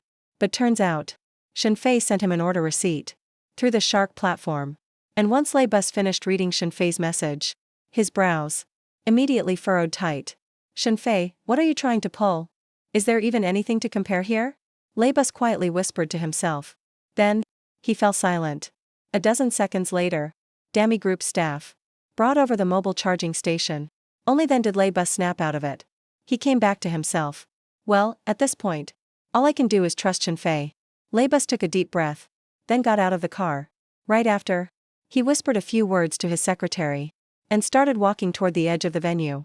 The audience thought Laybus was upset with me and left in anger. They immediately started talking again. That female secretary saw things getting out of hand, so she quickly stepped up to explain. "Our Dami Group's launch isn't over. Lei just told me. After the battery is fully charged, the official presentation will begin. Mr. Shenfei built this car for our Dami Group. Please bear with us a little longer." After speaking, the secretary stepped aside and started monitoring the car's charging process. Over 10,000 people are here today, and millions are watching the live stream. After the secretary said this, everyone chose to just wait patiently. If it was any other company, making everyone wait over half an hour at a launch event, many people probably would have left early. But thanks to me, everyone has been extremely patient. About 20 minutes later, a loud roar of engines suddenly erupted. People were starting to get bored waiting. But hearing the thunderous engines, a lot of folks immediately turned to look. They saw At the open area of the North Mountain Plaza entrance, a line of supercars suddenly drove out one after another, all of them parked neatly there. From a quick glance, there were at least a dozen of them. Among them were top-tier supercars like Ferrari and Lamborghini. Seriously eye-catching. People say sports cars are the ultimate dream for men. Seeing this lineup, everyone's attention was instantly drawn. Many quickly took out their phones to snap photos. And while everyone was focused on these top supercars, Le Bussy's voice suddenly boomed through the speakers. Coming up next, I invite you to enjoy a racing spectacle. These are all specially gathered by Dami Group, the world's top supercar series. And their drivers are all pro racers. Le Bussy's voice echoed across the plaza. Cheers erupted instantly in the crowd. No one expected such an epic show today. Millions watching the live stream couldn't hold back their excitement either. Damn, Bosley never disappoints. Whenever there's a product launch, he goes all out. Listening to those engines roar makes my blood pump. But wait, isn't this a Dami new energy vehicle launch? Bringing a bunch of gas-powered supercars to race. Is that really okay? What exactly is Bosley thinking? Is he afraid the Dami car will sell too well? Come on, why are we even worrying? Just enjoy the show. Hold up, damn. Wait, check this out. Am I seeing things? Livestream viewers got all hyped up, while people at the event started freaking out. The crowd on site had their expressions frozen in disbelief. Over at the starting line to North Mountain's winding road, dozens of supercars sat roaring. Their engines sounded like beasts ready to pounce. And right then, Le Bussy drove Shinfei's custom car right into the middle of the supercar lineup. That scene hit everyone hard, like a flock of iron beasts, with a little lamb mixed in, one that can't even make a sound. After just a second of silence, the noise exploded out like a tidal wave. Honey, damn, slap me real quick. It's broad daylight. Why am I seeing things? Ow, nope, it's real. Is Bosley out of his mind? Let me think. Let me figure this out. Dozens of supercars, racing. Bosley is joining with a new energy car. Lamborghini, Ferrari, Koenigsegg. If Bosley even sees their exhaust fumes, I'll admit defeat. All I can say is, I give full marks to this show from Bosley. Definitely the wildest car launch I've ever seen. Seriously, this event takes the cake. It's not just regular folks getting stunned. Even Lin Jianqing up on the stands, and all Dami Group's board members, were totally shocked. It took a few seconds before Lin Jianqing was the first to snap back. He wiped the corner of his eye and said, Bosley, are you trying to prove that car is useless? To highlight how amazing our S7 is? Enough, Bosley. I've already done enough for Dami Group. No matter what, you stay on as Dami Group's executive director or not. In my heart, you'll always deserve respect. Lin Jianqing spoke with emotion. Genuinely touched. He really seemed moved by Le Bussy. Hearing Lin Jianqing say this, the other directors immediately caught on. Oh, so that's what this is about. The bigger Bosley makes the event, the better our SU7 will sell. I have to say, Chairman Lin really sees things clearly. With just one look, he figured out the real reason. Dami will only get bigger under Chairman Lin's lead. And stronger. And hit new highs. With Chairman Lin and the others watching, the race on the other side started counting down. A dozen supercars revved up, ready to go. The roar was deafening. By comparison, the Shinfei new energy car driven by Le Bussy looked like a lamb about to be slaughtered, just waiting to get flattened by the supercars. Finally, the countdown ended. Gunshots sounded to start the race. All the supercars shot out at once. The explosive start made the crowd go wild. Then everyone focused on Le Bussy's car, and laughter filled the air. New energy cars accelerate faster than most fuel cars, but that's only compared to regular gas vehicles. Against these real supercars, it's just not the same league. Just the start alone, Le Bussy was left dozens of meters behind. A few more seconds passed. Le Bussy couldn't see even the supercar's exhaust fumes. But at that moment, Le Bussy, as Dami Group's chairman, really stood out. The drone crew filming the race knew their job. Out of 5 tracking drones, 2 of them followed right behind Le Bussy's car. So Le Bussy kept driving, and finally arrived at the first turn on North Mountain's winding road. Both the on-site and live-stream audience had their eyes glued right on the huge LED screen in the plaza. The tracking drone footage showed everything clearly up there. Of course, everyone was focused on the supercars. When it came to Le Bussy, almost no one cared. People just glanced over and went right back to watching the supercars speeding. But just at that moment, Everyone's eyes were locked in place. Some people at the scene couldn't hold it in. And actually screamed in disbelief. On the screen, the car Le Boss was driving was already going 120 kilometers per hour. Not as fast as those supercars. But definitely not slow either. You know, on most highways, that's pretty much the top speed allowed. And at this crazy speed, Le Boss just took a corner right on the edge. Not even a second passed. And he cleared that curved corner. Guys, am I seeing this right? Le is really not slowing down for turns. Damn, I'm just stunned. Why does it feel like Le Boss took that turn? Even faster than the pro drivers in supercars? No need to guess. He is faster than those supercars. I was timing it the whole time. The fastest out of those supercars was the Koenigsegg. It took 12 seconds to pass that first turn. And Le Boss friggin' did it in 6. That's twice as fast. Man, I thought Le was showing off the car. But turns out he's showing off his driving. All I can say is, from now on, Le Boss is my #1 driving idol. People in the live stream chat couldn't stop talking. Everyone shifted their focus, all at once, to the footage of Le Boss behind the wheel.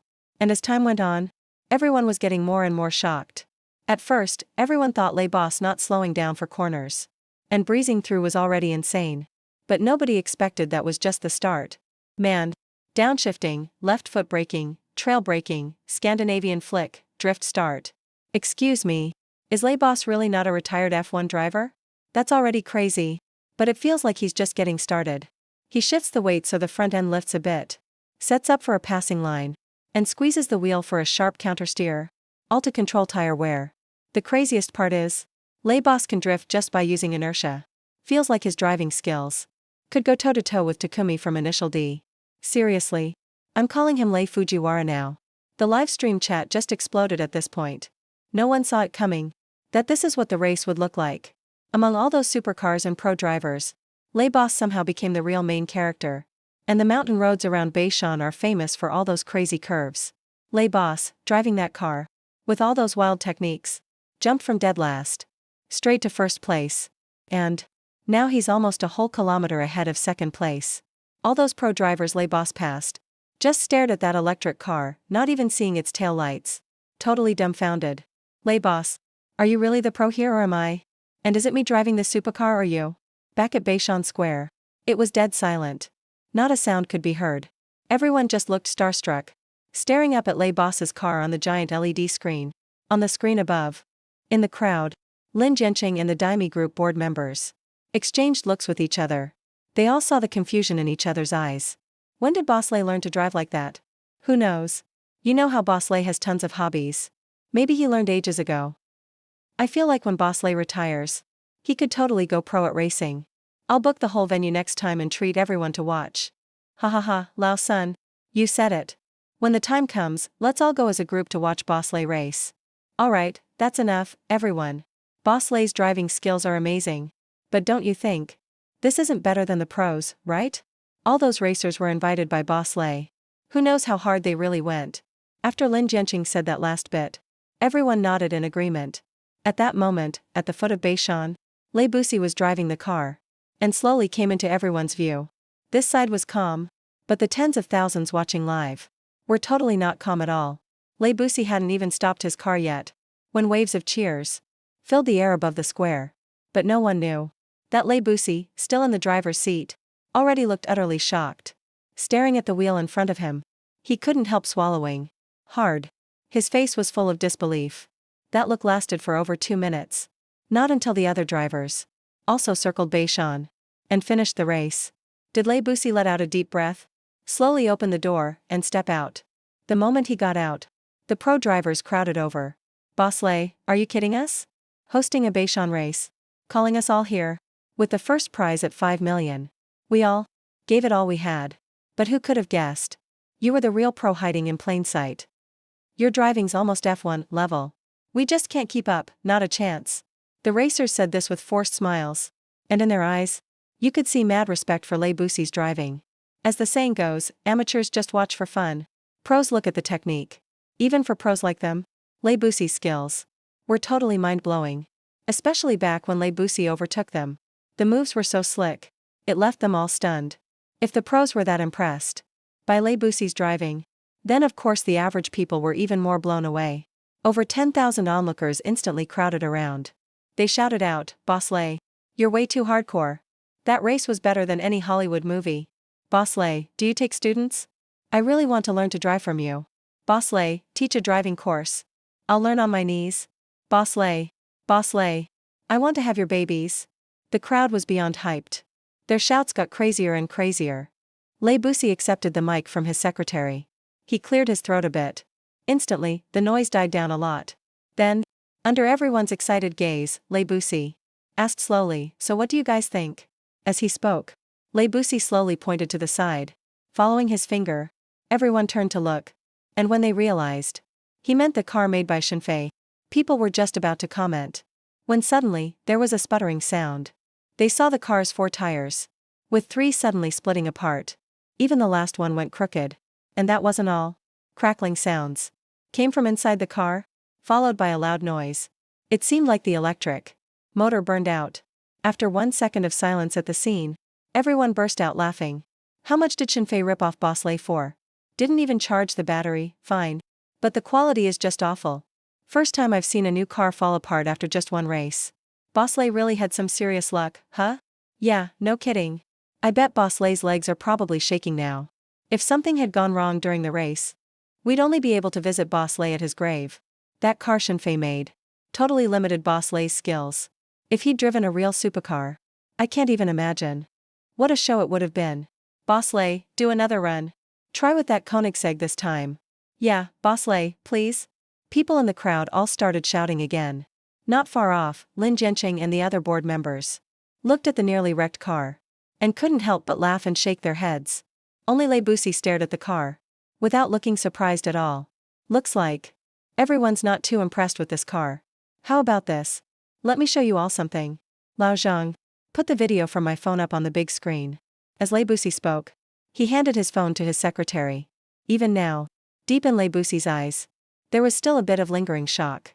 The pretty secretary quickly nodded. Then she took his phone and started to walk off. People in the crowd and watching at home were all stunned for a moment. Clearly, no one got what Lay Bussy was up to. Trying to be patient, everyone fixed their eyes on that huge LED screen. Once the secretary set it up, a video popped right up on screen. Wow, this is Boss Lay inside the car. Now this is going to be interesting. I've got to see this. I really want to know how Boss Lay did that. Boss Lay's awesome. That maneuver is something I gotta learn for real. Man, forget you learning it. See those pro racers over there? They're all pulling out their phones seriously and recording it. Everyone stared at the big screen, not even daring to blink, afraid they'd miss any cool moment. Meanwhile, on the screen, the engine roars of a dozen sports cars were already starting up. Clearly, it was just about to start. On camera, Lay Bussy wasn't even holding the wheel. He just tapped the main control screen with a finger. The next second, a pleasant woman's voice prompt came right from the big screen and reached the crowd and every viewer online. Ding-ling. You have selected full auto self-driving mode. Please fasten your seatbelt. That chime was incredibly pleasant. But right now, those 2 sentences hit like thunder. It stunned everyone like a bomb in their ears. Everyone's faces froze. Not far away, Lin Jianqing and the other Demi Group board members looked completely shocked, wondering if they heard wrong. Fully intelligent self-driving. So what really challenged the pro racers and supercars wasn't Mr. Lay, but the car itself. A middle-aged board member couldn't help swallowing. He gulped. His voice shook. It's shocking that so many new energy vehicles today claim to have self-driving features. But deep down, we all know, current so-called autopilot is still at the testing phase. At best, it's just assisted driving. It basically just avoids obstacles. Maybe does emergency braking. Like when Lin Jianqing just announced the Demi S7, which could drive itself to center stage. That was already impressive. When Lin Jianqing showed it off before, the audience cheered wildly, and applause erupted. That says a lot. But what did we just hear? It sounds unreal. A fully automatic smart driving feature. All it did was have Lay Bus fasten his seatbelt. If that last race was really all thanks to Shinfei's design, and the car itself, and Lay Bus never even touched the wheel, then honestly, they have no idea what kind of wave Shinfei's car will bring to the new energy auto world. The impact will be huge. Compared to this car, all those so-called self-driving new energy vehicles would be completely outclassed. No way. That's just impossible. At most. It should also just be some kind of assisted driving. There's no way. A car did all that by itself. How could this tech even exist now? Not even another 10 years would make it real. When Lin Jianqing snapped out of it, he blurted out in shock. Compared to the other directors, he knows just how crazy this all is. Director Lin, don't be so anxious. Let's just see what's really going on. At that moment, another board member squinted and spoke up. When he said that, Lin Jianqing pursed his lips, then stared at the big screen, frowning hard. The regular viewers, after getting over their shock, were already staring intensely at the screen. Then on the giant LED screen, the race footage started. After Lei Bus buckled in, he just leaned back comfortably in the seat, not doing anything else. Soon the straightaway ended, and the camera moved to the first turn. At that moment, everyone held their breath without realizing it. 0.6 seconds passed, in the blink of an eye. And when those 0.6 seconds rolled by on screen, all they could see in their minds made everyone's scalp tingle. A chill rushed from their feet, straight up to their heads. I'm numb. My whole body's numb. If I'm not mistaken, from start to finish, Mr. Lei didn't even have a finger on the wheel. That insane turn with no slowdown. The car really did it all by itself. Did you see Mr. Lei's face just now? He looked just as surprised. Damn, who wouldn't be scared by that? I've never heard of a car racing on its own. The live stream chat just exploded. Everyone was stunned by what they saw. And it wasn't over yet. One curve after another. With each passing, downshifting, perfect braking. Micro-press pendulum drift, FR center shift. To keep the front end up and open an overtaking line. Tight space turning to countersteer on the spot. Controlling tire wear this way. Using inertial drifting. These are moves even pro drivers find hard to pull off. A whole crowd of viewers just watched a car do all of that on its own. The more they saw, the more shocked everyone was. Especially at 10:08 in the race. That friendly alert sounded again. Ding. Tire and motor have surpassed safe load. Estimated failure in 8 minutes and 7 seconds. All other parts are fine. You can keep driving safely. Hearing those words from the big screen's alerts, everyone couldn't help swallowing hard, gulping twice. So the tire and motor problems were already detected by the car.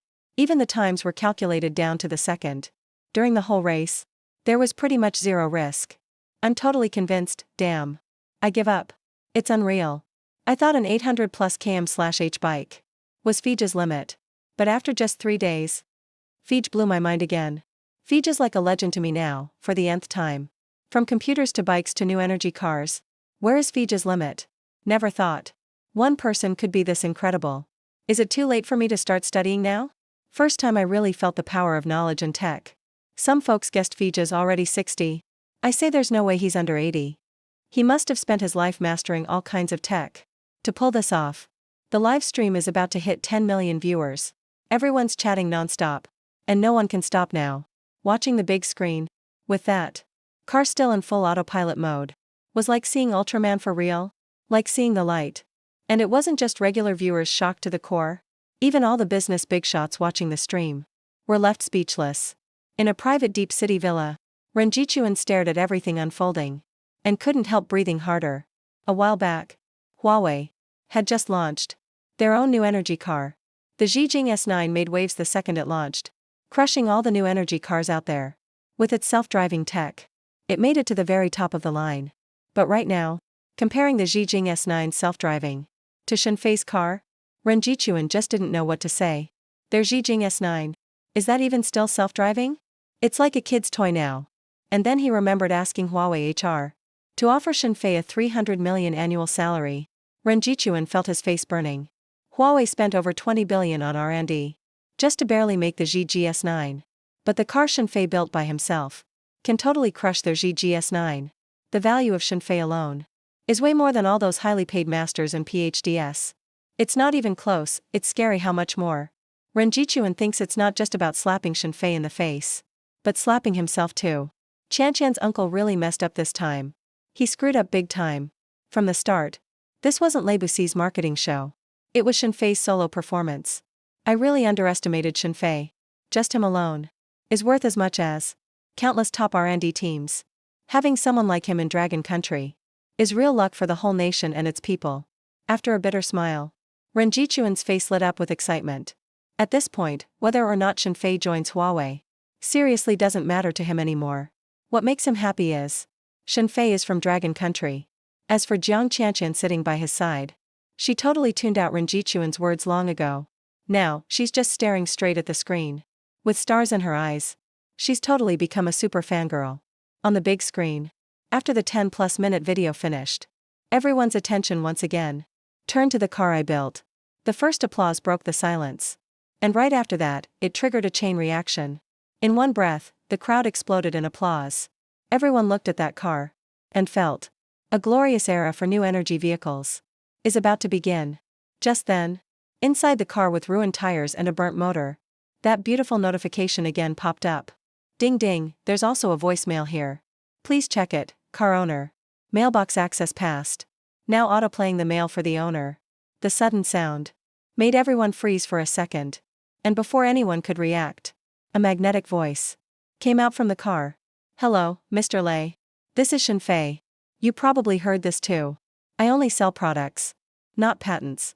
If you can figure them out, just give me some patent fees and that's good. But for this first-gen new energy car I call Damisu Guang, I'll sell you some patents. Because lately, I'm kind of low on cash.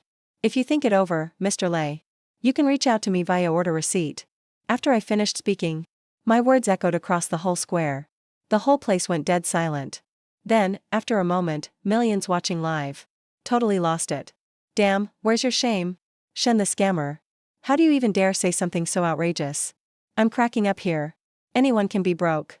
But you, the king of scammers, claim you're out of cash? You're kidding, right? Wait, is that really Brother Fei's voice? Why does he sound so young? Bro, you just blew my mind. That voice can't be older than 20. Come on, quit kidding around. Like, around 20 years old? Did Brother Fei start researching in the womb or what? I could accept Fei being 80.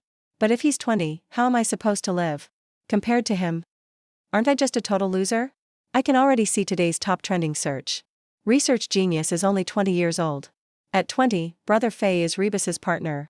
While at 20, I only know Maka Paka. Ugh, guys, stop talking. My mom is watching the stream too. She looks at the screen. Then she looks at me. And I see murder in her eyes. After a voice clip accidentally leaked my age, everyone started to lose it. As for Rebus, he was grinning from ear to ear. I only sell products, not patents, he knows that, of course. Rebus originally planned to use me to gain absolute control of the group, and then lead the R&D team himself. To study the car I built for him day and night. Who would have thought? I'd just hand him such a massive gift? With my help? Rebus believes the first generation Dami Light will soon be ready for mass production. Right now, he feels the name Light is just too perfect. This car is a ray of light in the EV world. And I am the light in Rebus's life, completely illuminating him and the Dami group. Thinking of this, Rebus hurried to contact me. But just then, a heavy set of footsteps suddenly rang out. Rebus looked back and saw Lin Jianqing walking up behind him. CEO Lei, congratulations.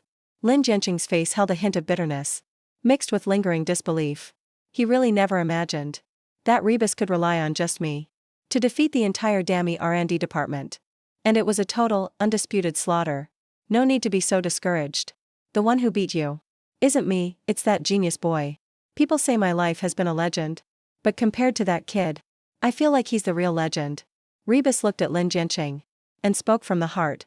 Hearing this, Lin Jianqing's expression froze for a moment. Then he shook his head with a wry smile. CEO Lei, you misunderstand. I'm not discouraged. It was a fair loss. Shenfei is amazing. So amazing my heart actually trembles. But your choice was also amazing. Now I understand. You're not just Dami's founder. You're the most suitable leader for it. CEO Lei, until we meet again. As he finished, Lin Jianqing bowed slightly to Rebus and turned to leave. Rebus watched him, hesitated for a second, and couldn't help asking, what's next for you? Rebus didn't try to play nice and keep him. Just as if he had failed, Lin Jianqing wouldn't have kept him either. In business, they were enemies and competitors. But in some aspects, Rebus still admired Lin Jianqing. At least in EV technology, Lin Jianqing was much stronger than him. The S7 only lost to Shenfei, not to any other electric vehicles. I want to go back to the research institute. CEO Lei, you know, my family has some influence in Beijing. I used to be devoted to R&D there. But then I found it boring and lost interest.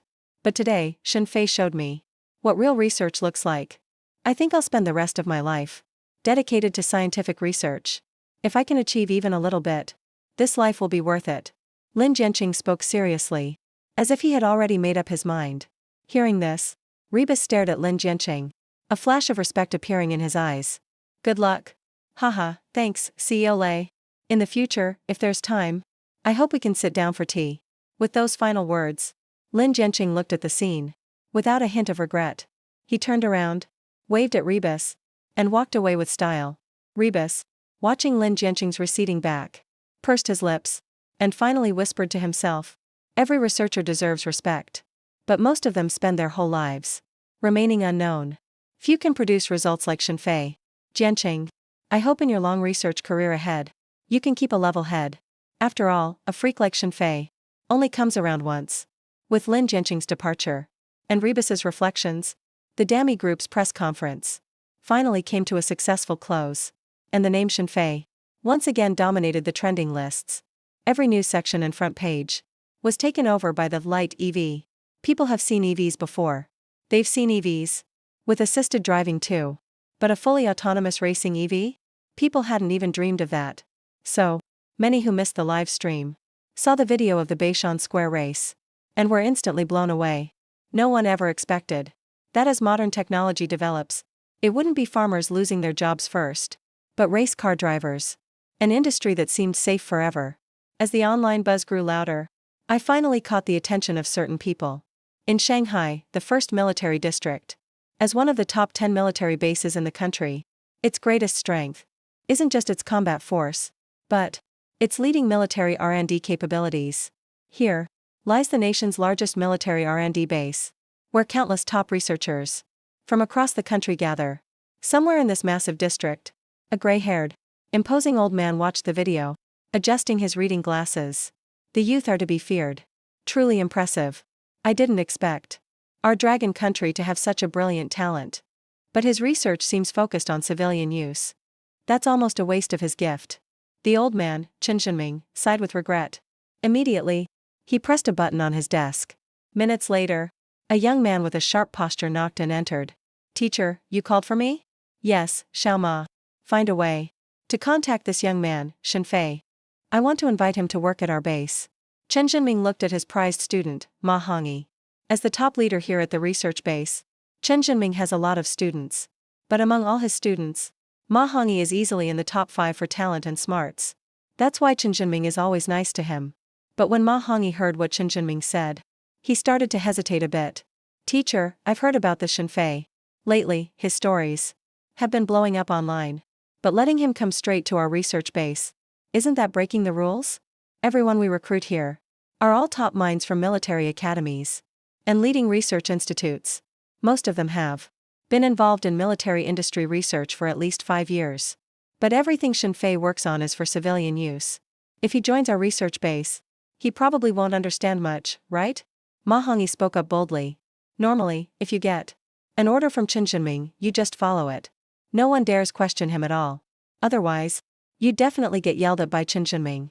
Even though he looks pretty kind right now, inside the research base, Chen Zhenming's actually known for his temper. A lot of new researchers have been scolded to tears. But the reason Ma Hongyi dares to speak up is because Chen Zhenming treats him differently than everyone else. Sure enough, Chen Zhenming just smiled when he heard him. He said, I just want Shenfei to give it a try. I'm not saying we're making him an official member of the research base yet. Civilian and military work are on totally different levels. Will he be able to show the same talent in military projects? We'll have to let time tell. Alright, go make contact first. Chen Zhenming waved his hand and said. Hearing this, Ma Hongyi finally nodded obediently, then turned around and headed for the door. Just as his hand touched the door handle, Chen Zhenming suddenly spoke up again. Oh, has Qining finished her experiment yet? Hearing the name Qining, deep in Ma Hongyi's eyes, a flash of admiration appeared. He quickly nodded right after, and replied, yes. Teacher, Professor Qin is already done. She finished the research on the TZ-type super hard alloy material. Even though this experiment took her about 2 years, on and off, her breakthrough on this project will bring our tanks a historic upgrade. With this super hard alloy, our tanks are going to jump 2 levels in performance. Not just Professor Qin, she's a real genius. Ma Hongyi was open with his admiration. From the way he spoke, it was like, compared to Qinning, Shenfei didn't really matter. When Chen Jinming heard that, he nodded. And even his stern face showed a rare smile. Qinning really is gifted.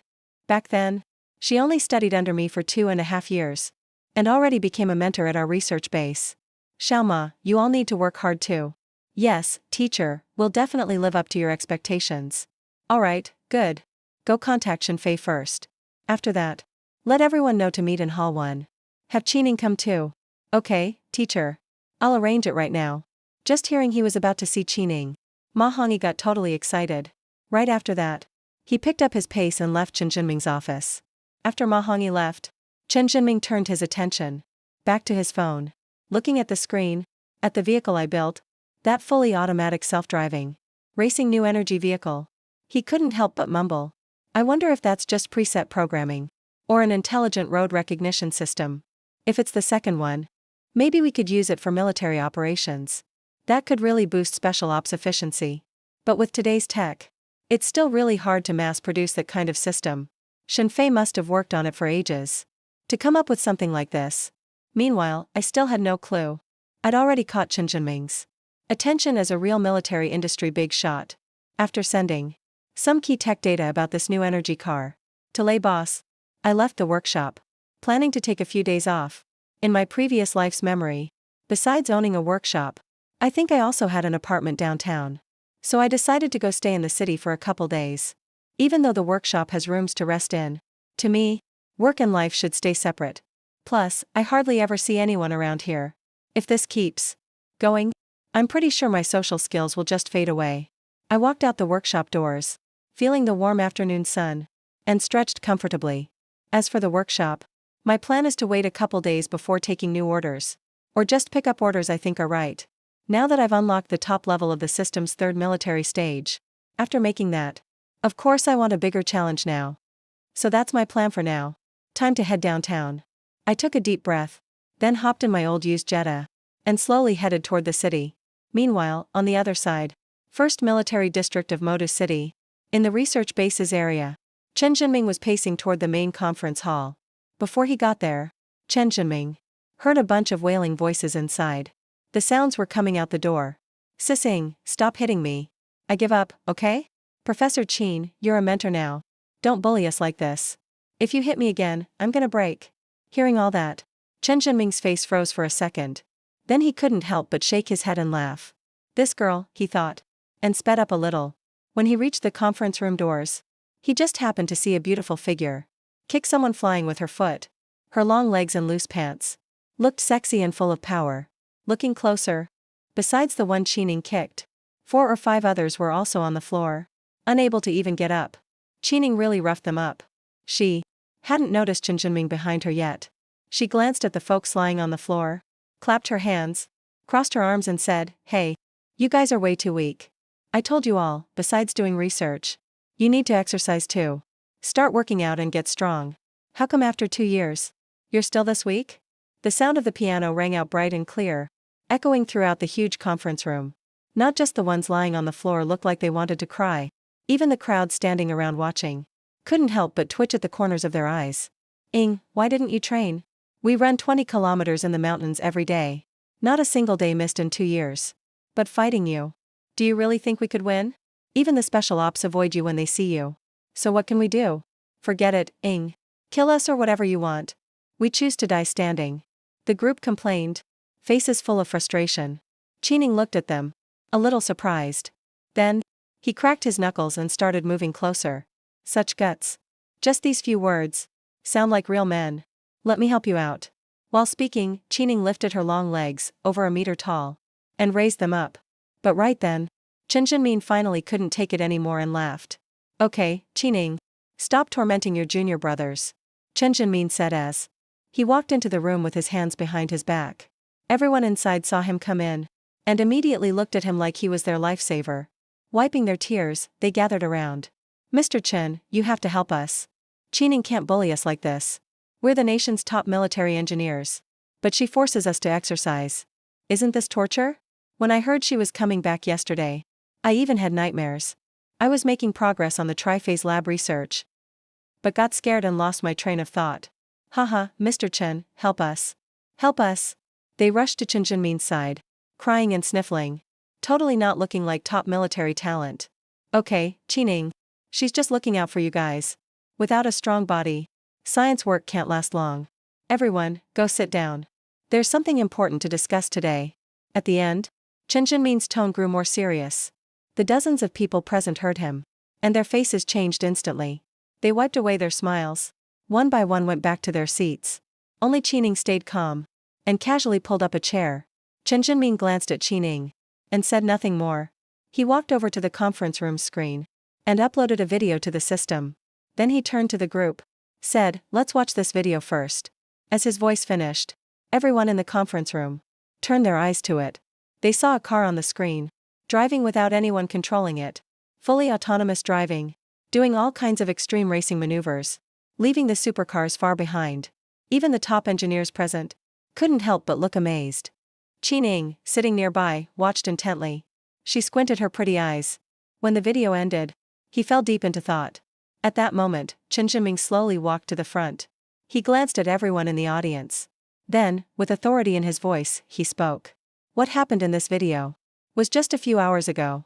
This is a recording from one of our country's top tech companies. During their launch event.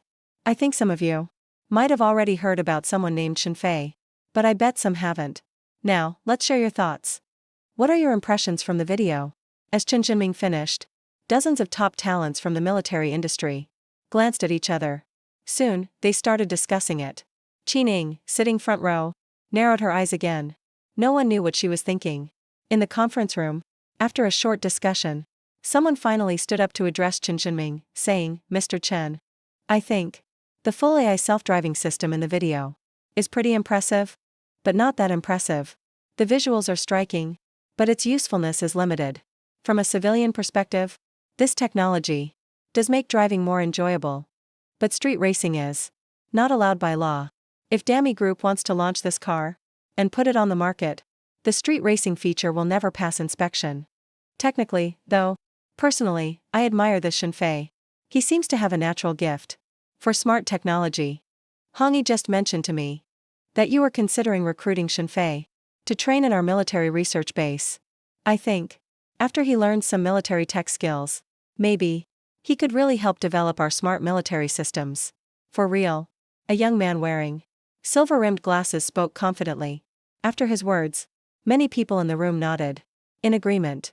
Chen Jinming looked at the young man and suddenly asked, "Su Ting, what about for military use?" Military use? Su Ting was stunned for a second. Then he met Chen Jinming's gaze and couldn't help but chuckle. "Mr. Chen, please don't quiz me. I actually have thought about that. Right now, in my opinion, this tech can't be applied to military industry yet. During combat, if you had auto-driving features, it would free up manpower. But even the smartest tech is still just a pile of hardware. It can't keep up with how fast things change on the battlefield and always make the right call. For example, these AI-driven cars just analyze the current road situation. Like what we just saw in the video. It speeds through corners, always choosing the best, most efficient route. That's how AI systems work. And it's their basic, most important logic. But on the battlefield, the shortest route isn't always best, or even safe. If you really use this AI system in the military, it could lead to big mistakes." Su Ting's voice kept going, echoing through the room. More people agreed with him this time. A lot of the female researchers started looking at the handsome Su Ting with admiration. But just then, an out-of-place voice cut through the conference. "Su Ting, is it really that hard to admit Shenfei is great? All you guys act so superior, looking down on his work. If it were up to you, could you build a smart driving system like that? Seriously?" The sarcastic comment hit them like a slap in the face. But when they turned to see who spoke, they instantly shrunk back. "Sister Ing, I didn't mean to disrespect Shenfei. I was just stating the facts. As for smart driving systems, I haven't really looked into them. No idea if I could make one." Su Ting tried to stand his ground. Qining just rolled her eyes at that. Then she looked at Chen Jinming and said, "Mr. Chen, look how fake everyone's being. Military research is more advanced than the commercial kind in some ways. But something that surprised even a genius like Ray Bus somehow turns into just stating facts here. There's no basic respect for tech anymore. If you ask me, Mr. Chen, you shouldn't even bother gathering all these people in one room. If you stuck everyone alone in tiny labs and told them to focus, they wouldn't act so full of themselves. Qining spoke bluntly. Su Ting, Ma Hongyi, and others looked uncomfortable. If it weren't for Qin Ying's special forces level fighting skills, they would have argued back. But right now, all they could do was look down and act like they hadn't heard. Or they'd sneak glances at Chen Zhenming, hoping he'd back them up. But soon, even that hope faded. Qining might have been harsh, but she had a point. This smart driving system Shenfei created really is ahead of its time. That kid's got a lot of potential. I'm looking forward to having him here. Xiao Ma, any progress in contacting him? As he finished speaking, Chen Zhenming turned to look at Ma Hongyi not far away. Upon hearing that, Ma Hongyi paused for a moment, then checked his phone. He seemed a bit helpless, and said, Professor, I got Shenfei's contact from the Tigeshark streaming platform. I called him twice with the official admissions office number, but both calls were declined. Then I texted him, but I haven't heard back yet. Chen Zhenming waved it off, saying to leave it for now. Qining nearby couldn't help but sneer at Ma Hongyi again. She could tell he was stirring things up. Qining caught on right away. All right, let's wait for Shenfei's reply. I believe if he's into research, he'll take this chance. Now let's move to the main meeting topic. Then Chen Zhenming said calmly. Everyone in the room straightened up after hearing that, and sat up attentively, ready for the meeting. So it turns out all of this wasn't the real point of the meeting. Under everyone's watchful eyes, Chen Zhenming picked up the chalk and wrote a line in large letters on the board. Key breakthroughs for modern strategic aircraft. While Chen Zhenming, along with Qining and the nation's top military talent, began their strategic aircraft discussion inside the Shunsong building in Shanghai. The CEO of the country's top courier service was also worrying about aircraft. Mr. Wang, should we keep doing R&D? The last 6 tests all failed. If we keep going, who knows how much more we'll sink into this? Beside Wang Wei, a middle-aged assistant said with a long face. Since early last year, to make deliveries even faster, Shunsong launched a drone delivery project. They specifically recruited a large group of professional researchers for this. They invested over $1 billion yuan in total. But who would have thought? They had talked a big game, promoting to the public that they'd build a drone with long range, heavy payload capacity, and excellent stability, greatly improving delivery efficiency. Fly nationwide, delivered the same day. The ads sounded incredibly impressive, but the results were disappointing. All 6 research attempts failed. Either the range was too short, or the payload was mediocre. Even if it met those two, the stability was terrible. In short, over the past year, Shunsong had burned a fortune and crashed countless test planes. The current situation was, Shunsong and Wang Wei were stuck. Pop your head out and you're sniped. Stay hidden and you die in the poison zone. Lao Liang, I know what you're worried about. But if we don't keep going, isn't all that money just wasted? Besides, I'm a man of my word. I already bragged about it. If it ends in silence now, what will people think of Shunsong? What will they think of me? After a moment of silence, Wang Wei gritted his teeth and spoke, showing he'd spend whatever it takes to back up his words. Hearing this, the middle-aged assistant couldn't help but tremble in his boots. Mr. Wang, please think twice. Shunsong has been profitable lately, but we can't keep this up, Lao Liang. Wait, you. Stop talking for a second. Before the assistant could finish, Wang Wei cut him off with a gesture. The assistant was stunned and looked at Wang Wei in confusion. Wang Wei was staring straight ahead, his dazed eyes suddenly lighting up. The assistant followed Wang Wei's gaze. Then, his throat tightened as he swallowed hard. The screen ahead was frozen on a frame. The main character in the frame was Laybus next to a car. And Mr. Wang, you're not thinking of? That's right, Lao Liang. If Shenfei can build an epic-making new energy car, then building a drone that fits our needs shouldn't be a problem at all. Ugh, my brain. Why am I just realizing this? As soon as I heard about the Dami Group car launch at Beishan Plaza, I should have known. Wang Wei exclaimed, slapping his thigh hard. Then he opened the laptop on his desk and started placing an order. The assistant saw this, hesitated for a moment, then blurted out, Mr. Wang, Shenfei's reputation isn't exactly great. Wang Wei heard this and paused for a second. Then, while placing the order, he couldn't help but laugh. Lao Liang, you mean his reputation as a shady dealer? Ha ha ha. If he can really build the drone for me. I don't care if it doesn't even come with fuel. It's just a tank of gas. Barely costs anything. As he spoke, Wang Wei finished the order. He leaned back into his office chair and let out a heavy sigh, looking like a weight had been lifted. The middle-aged assistant, still frowning deeply, said, "Mr. Wang, I'm not worried about that. What I mean is, Shenfei is just too young. Based on that recording from Beishan Plaza, everyone is guessing that Shenfei is only about 20 years old. So young, building an EV like that, is already impressive enough to earn everyone's respect. But everyone has their limits. How can a 20-year-old kid possibly master EV technology and drone manufacturing at the same time? Besides, the drone we want, its specs, have never been seen on the market before. It's not an exaggeration to say it's unique in the world. Can Shenfei really do it?" The assistant laid out all his concerns one by one. Wang Wei was silent for a few seconds. Then, he looked out at the blue sky and white clouds. "Lao Liang, I know it's hard. Otherwise, we wouldn't have failed so much. But do you have a better idea?" After Wang Wei spoke, it was the assistant's turn to be speechless. A moment later, the assistant calmed down. "Mr. Wang, maybe you're right. But will Shenfei even take our order? The number of people trying to order online must be through the roof by now." Hearing this, Wang Wei waved his hand confidently. "Don't worry, I just checked. In Shenfei's shop right now, the highest order amount is only 20 million. I offered Shenfei 1.2 billion. Didn't you say he's greedy? Then he'll definitely take my order," Wang Wei said with total confidence. The assistant heard this and nodded reflexively. "I see. That's good. Wait. And Mr. Wang, how much? 1.2 billion? Are you sure you didn't add an extra zero? Typing 120 million instead of 12 million? Once he realized, the assistant completely lost his cool. "You have to understand. They were just making small drones, not large passenger jets. R&D costs are high, but production shouldn't exceed tens of millions.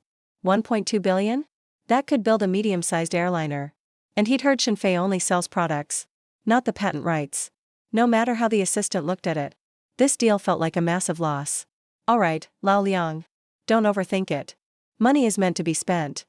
If Shenfei can build the drone for us, it's worth it. Even if one drone isn't enough for our entire transport system. As long as he succeeds, we can just buy a few more from him. Any problem money can solve isn't a problem at all," Wang Wei said with a wealthy swagger. The assistant could only nod as his eyes twitched. But he really felt it was necessary to find out where he lived. Better yet, send a few people to watch him. Or he feared he'd run off with the cash. After all, rumors call him a shady dealer. Who knows if he'll just retire and vanish? The assistant felt that 1.2 billion was quite the temptation.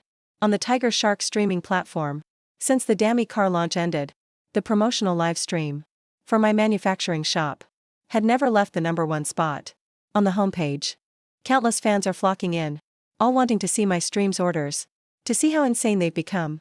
And as Wang Wei's order emerged like a dark horse, taking the top spot for the highest amount, the millions of fans in my stream were all completely stunned. Holy crap, am I seeing this right? 1.2 billion. Shunsong Group gave Fei a 1.2 billion order. CEO Wang is playing for keeps. That's 1.2 billion in cold hard cash. Not 1.2 billion game credits. Ugh, don't even say it. I haven't even seen that many game credits. Suddenly, CEO Lei seems a bit stingy. Look at CEO Wang. Dropping 9 figures just like that. Man, I never would have thought that 100,000 yuan computer was my only chance to own a Fei-made product. Ha ha ha. I heard the computer Fei built for his son is so high-end he's afraid to play games on it. He's literally got it on display now. So jealous of his son. So jealous of Dai Xiaomei.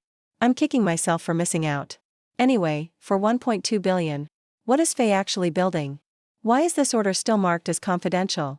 Maybe he's building an Ultraman. Bullshit. It's definitely an armor hero.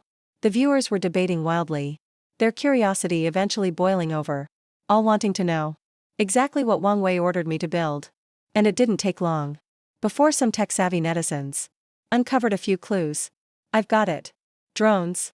CEO Wang's order must be for drones. D-drones? Is it the kind of drone I'm thinking of? What drone could be worth 1.2 billion? Man, you're out of the loop. Shunsong has been hyping their own drones for express delivery for a long time. Supposedly, they can carry a ton and fly all over the country.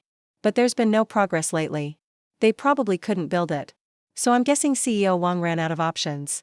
And came to Faye with the order. Man, CEO Wang is confused. Exactly. Even the best drone isn't worth over $1 billion. Whatever, it's not our money. If Faye actually pulls it off, I'll only use Shunsong for my packages.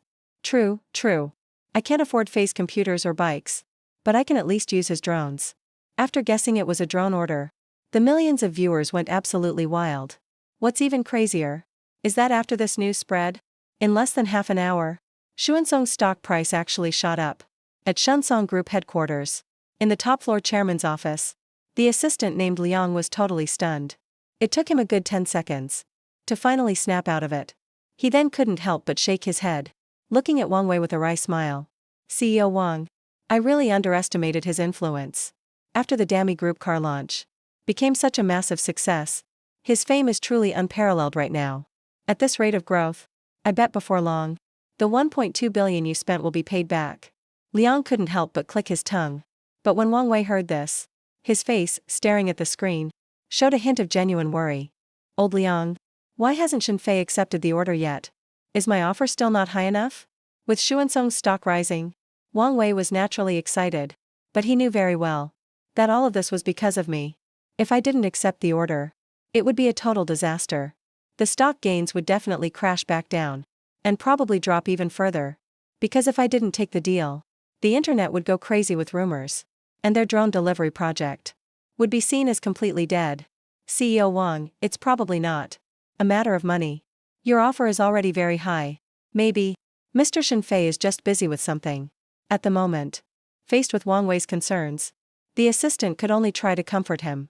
Just as he finished speaking, Wang Wei suddenly bolted upright from his chair.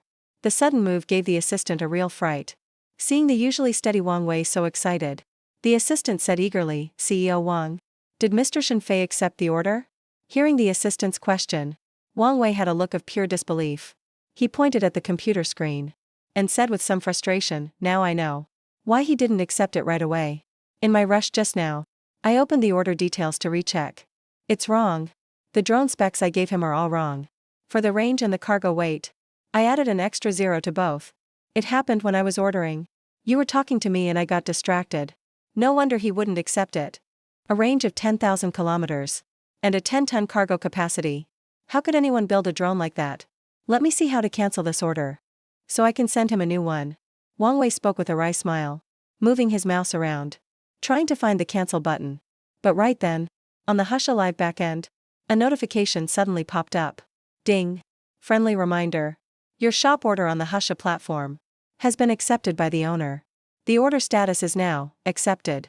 Looking at the message, the expression on Wang Wei's face instantly froze. Then, he rubbed his eyes hard. After confirming he wasn't dreaming, a voice filled with absolute shock burst from his throat. Old Liang, look at this. Am I seeing things? A drone order with such insane specs. Shenfei actually accepted it. He actually took it. On a balcony in downtown Shanghai, I was lying on a lounge chair, enjoying the warm afternoon sun. Taking another look at the order I just took, I couldn't help but mutter to myself. Seems CEO Wang knows his stuff. This is more like it. A challenging order. With plenty of money. That's real motivation to build. Standing up from the chair, I gave a long, comfortable stretch, planning to head back to the shop immediately to handle the order from Wang Wei. After earning 10 million points, the system unlocked Stage 3, Top Tier, Military Manufacturing. Before I had these top-tier military skills, completing this drone order for Wang Wei would have been nearly impossible for me. But now, I think I can handle the challenge. And it wasn't just the difficulty of the order that interested me. The price was also very satisfying. While the system unlocked Stage 3, the points needed for Stage 4 had also been posted. 1 billion. A full 1 billion points. I had made some bold guesses before, but I never imagined the next stage would require so many points. However, the title, Conceptual Military Manufacturing, made it feel somewhat worth it. Though I didn't know exactly what that entailed. Just the name alone oozed high-end sophistication. It's likely worth every bit of that billion. Oh right, and this? Setting aside the drone order for a moment, I pulled out my phone again and looked at the 2 missed calls and the text message. These were naturally from the research base. From Ma Hongyi. I didn't answer the calls, and though I read the text, I had no intention of replying. Mostly because I didn't know what to say. Forget it, I'll ignore it for now. Anyway, I'm not really interested in joining some military research base. I mumbled to myself, dragging the text and the call logs straight into the trash. It's not that I don't want to serve the country. It's just that I simply can't go there. First, system upgrades need more points, which means I need to make a lot of money. Once I'm inside a research base, making money won't be so easy anymore. I might not even make any at all. If that happens, how am I supposed to upgrade the system? And there's another important reason. Life inside the military research base definitely wouldn't be as free as I am now. Sometimes, they might have me work on projects I'm not interested in, or things that aren't even very challenging. All of that has pretty much closed the door for me to join the research base.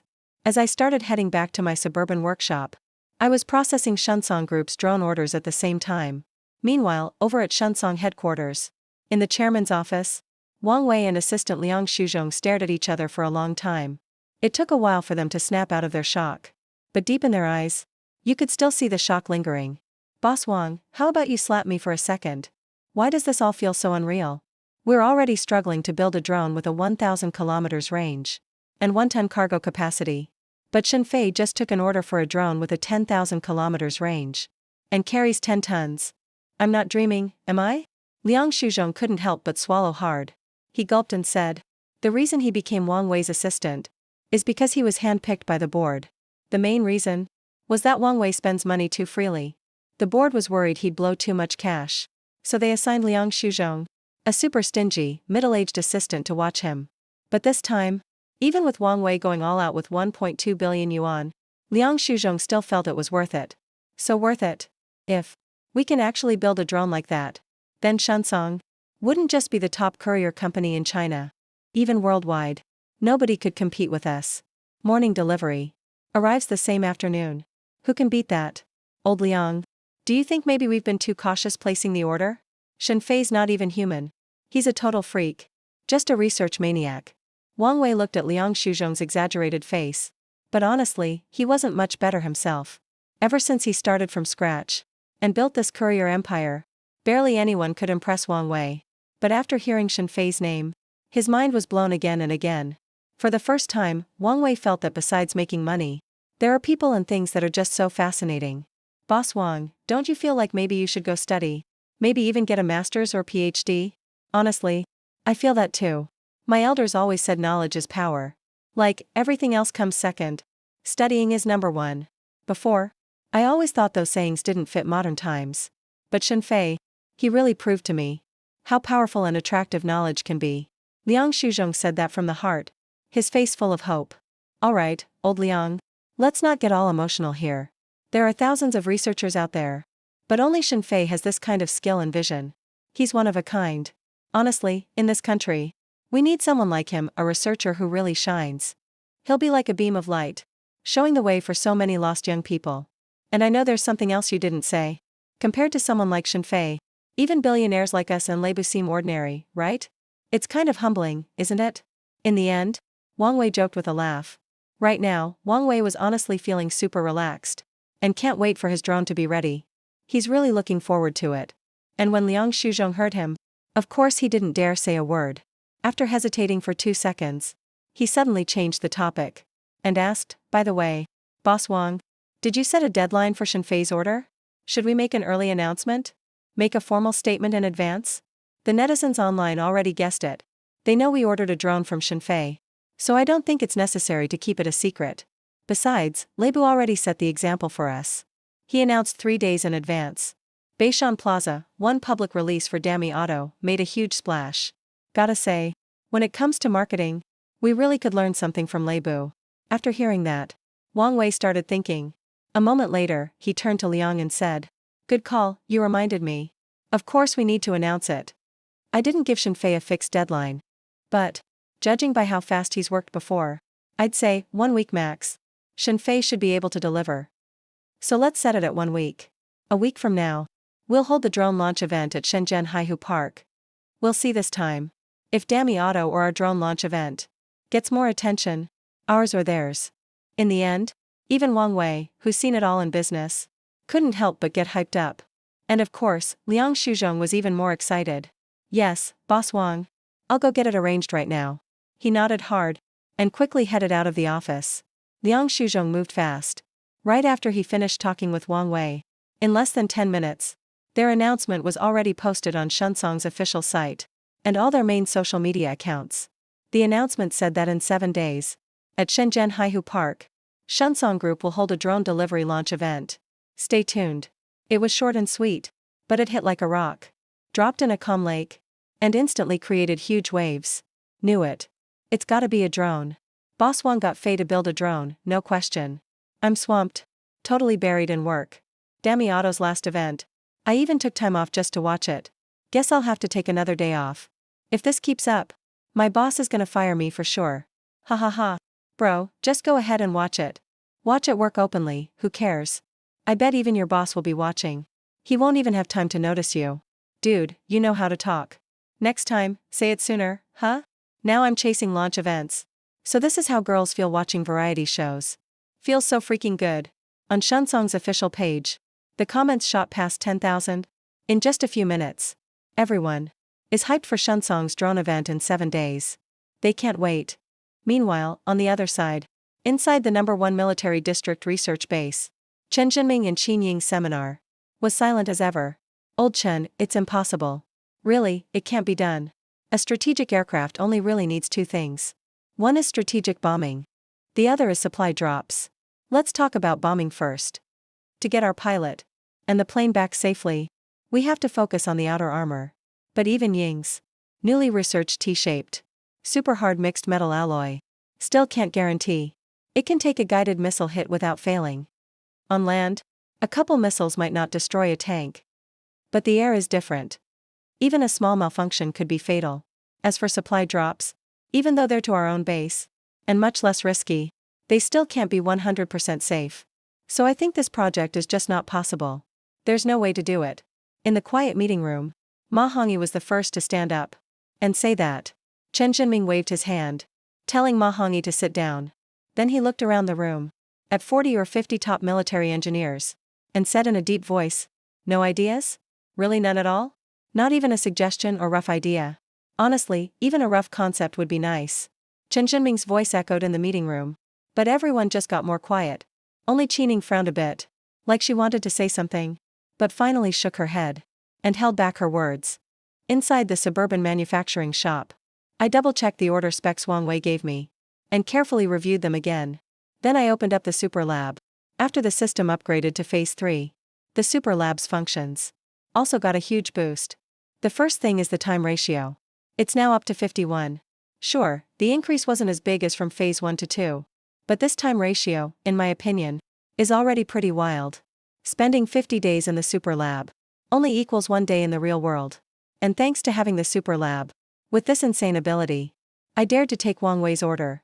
Even if I fail, I don't need to worry about time. Next, the equipment lineup in the Super Lab and the materials library have all been upgraded to military grade. Inside the Super Lab, not only can I use all kinds of top-tier military manufacturing equipment for free, but I can also pay to buy any military-grade material on the market. Some material prices though, just one look and my wallet hurts.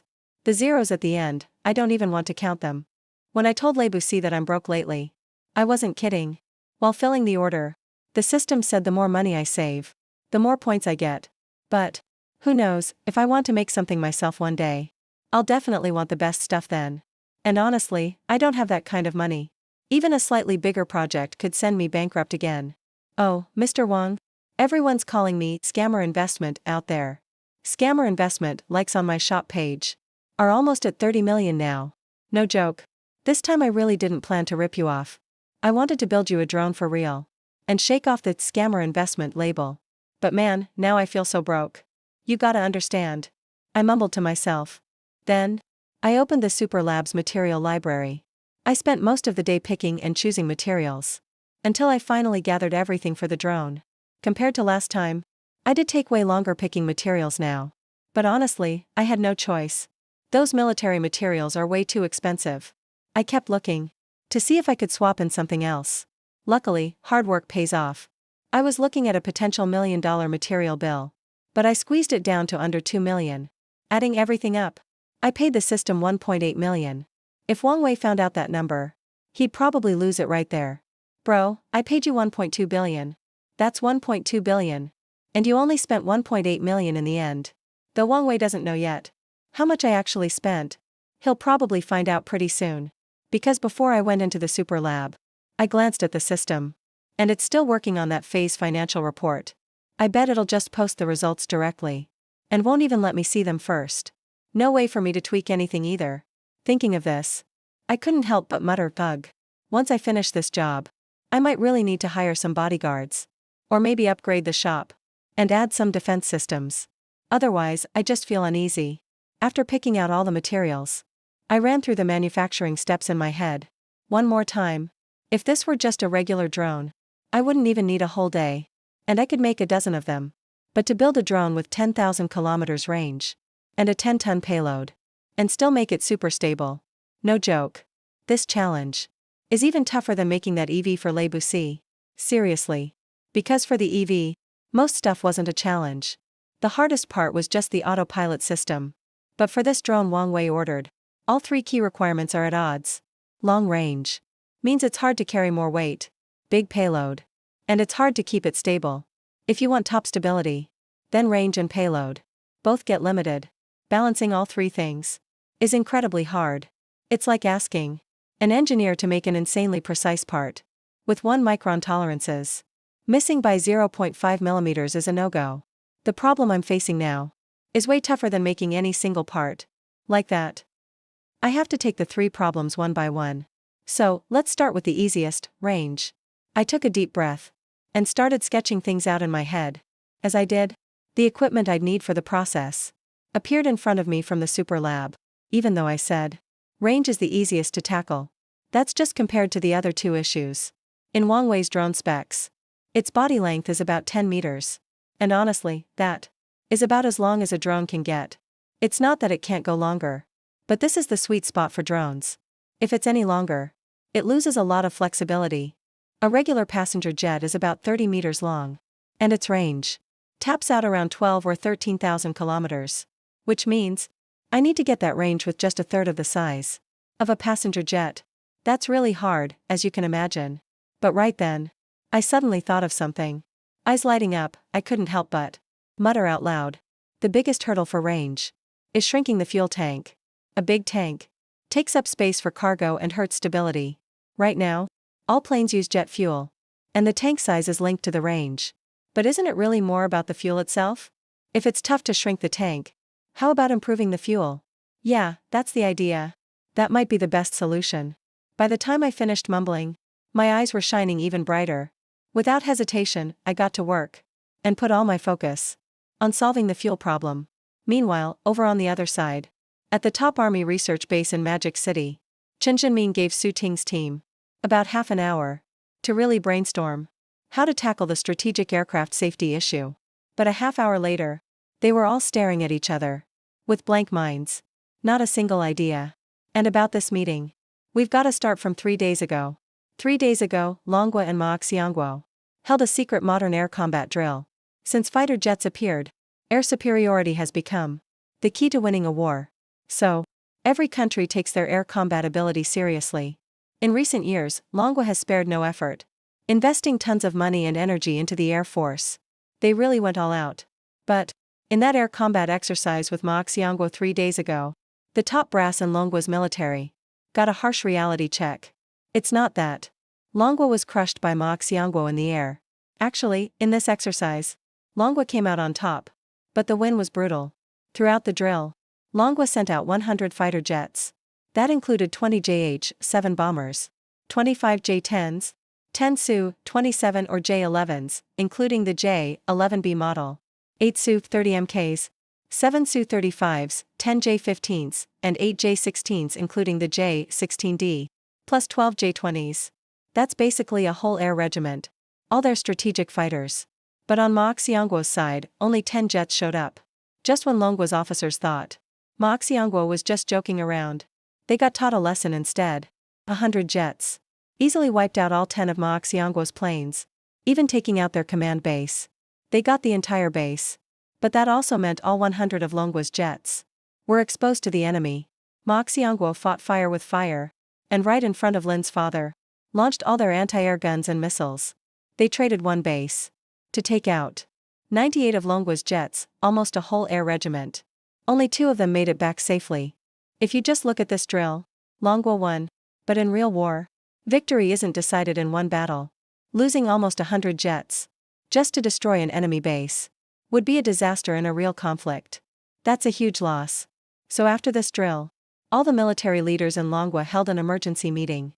The root cause of such heavy losses. And finally, after 8 hours of intense discussion, they finally came up with an answer.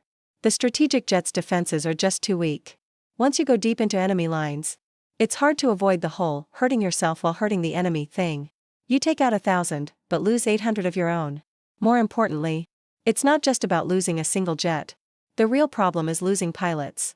Each and every pilot is handpicked, trained with so much effort. Losing even one hurts, let alone a whole squad, let alone the entire team. That's why the higher-ups urgently ordered Chen Zhenmin to lead all the top researchers at the base, and, within just 1 week, come up with a way to keep their pilots safe. And today is already the 2nd day since Chen got the order. Mr. Chen, I think we aren't the only ones facing this problem. Every country has to deal with this situation. So don't worry too much. Honestly, I think it's impossible to solve the defense problem for strategic jets in such a short time. Even if the higher-ups punish us all, it'll still be tough to fix. Seeing the mood in the meeting room get heavy, Mahanjiai stood up and spoke. Of course, as soon as he said that, the whole vibe changed. Chen Zhenmin got so mad. Even his mustache bristled. I don't need you telling me this. Leave it to time, huh? Leave it to time? Every time we run into tough problems, is that how you all try to deal with it? Okay, so if time could solve it, what do we need you for? If everyone figures it out in the end, what's left for Longhua then? Our edge is, we need to be the first to solve the problem before everyone else. So, 2 days. I'm giving you 2 days. If you can't even come up with a basic idea, maybe it's time I take Qin Ying's suggestion and lock you all in a dark room until you focus on your research. After Chen Zhenmin said that, he slammed the table hard, then stormed out with a stiff face. Everyone left in the room, Su Ting, Mahanjiai and the others, just stared at each other, big eyes looking at little eyes. After a moment, Mahanjiai couldn't help glancing at Qin Ying and put on a fawning smile. Sister Ying, Mr. Qin, you always have the best ideas. Can you give us some advice? I don't think Mr. Chen is joking this time. As soon as Mahanjiai said that, everyone else turned and looked at Qin Ying, who sat up front, all eyes filled with hope. Although most of them here never actually took class with Qin Ying, since she became mentor after joining the base, they've all heard about her skills. She's from that generation of top talents who've become leaders now. She ranks among the best in every military research unit. Qin Ying especially stands out among them. If she didn't prefer the quiet here, other military zones would have poached her already, probably to run their whole research team. Now you finally call her Sister Ying? Weren't you just tattling to Mr. Chen about her a minute ago? And you said she's the mentor? So if Mr. Chen locks everyone up, that's not her problem. Good luck, guys. Qin Ying shot Mahanjiai and the others a cold glance, then got up, stretching her long legs, as everyone else stared at her in shock, and left the meeting room. Mahanjiai and the others stood there, stunned, feeling totally deflated, like their hopes just crashed to rock bottom. Ugh, guess we can't count on her. We can't count on anyone anymore. Let's do our best. We have 2 days to come up with a research proposal for Mr. Chen. Even if it doesn't work, let's try to offer ideas, even if they're off base. I bet Mr. Chen was just mad no one spoke up when he asked today. Su Ting shook her head and sighed. The others just exchanged looks and silently nodded. Time slipped by like sand. 2 days passed in the blink of an eye. While Su Ting and the other top minds worried about the defense issue, I was back in the workshop, at the edge of Moda City, already spending 100 days in my super lab. If not for the whole drone development process being super tight, I honestly lost track of time. I probably would have gone nuts. But hard work really does pay off. After more than 3 months, I finally built the drone Wang Wei asked for, all by myself. A drone with a 10,000-kilometer range and a 10-ton payload. Plus, its stability is next level. Looking at my masterpiece right in front of me, even I this time couldn't help but show a bit of excitement. System is now scoring the host's experiment. System scan complete. In this drone experiment, You scored a perfect 100 in manufacturing. For the drone's fuel tank design.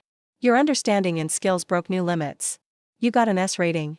Awarding host intelligence points. Awarding host 10 million system upgrade points. The soft system voices landed one after another. I didn't think much of it at first. But when I heard the last two lines, my body, which was about to leave the lab, just froze on the spot. As for the 10 million upgrade points, I wasn't too impressed. The system always gives so little. Compared to 1 billion points, 10 million feels like begging the system. But those 10 intelligence points really made my throat tense up. And I started to swallow. I could feel my adrenaline spike. If I got this right, those 10 intelligence points mean 10 more IQ. An IQ of 100 is just average. But someone with 110 IQ is already considered excellent. So basically, those 10 intelligence points from the system can instantly take someone from average IQ to top tier intelligence. If I get those 10 IQ points, the results on me might be wild. Because honestly, my talent and intuition for research were already top-notch. People say Einstein had genius-level IQ. Supposedly 160. Before this, I didn't know if I could match Einstein. But with these 10 intelligence points, I seriously think even if Einstein came back, I could go head-to-head with him in pure IQ. Looks like the system still has tons of features I haven't even unlocked yet. Anyway, just the ability to boost intelligence is honestly scary. I took a deep breath and forced myself to calm down. Then I looked at my creation one more time and took it out of the super lab.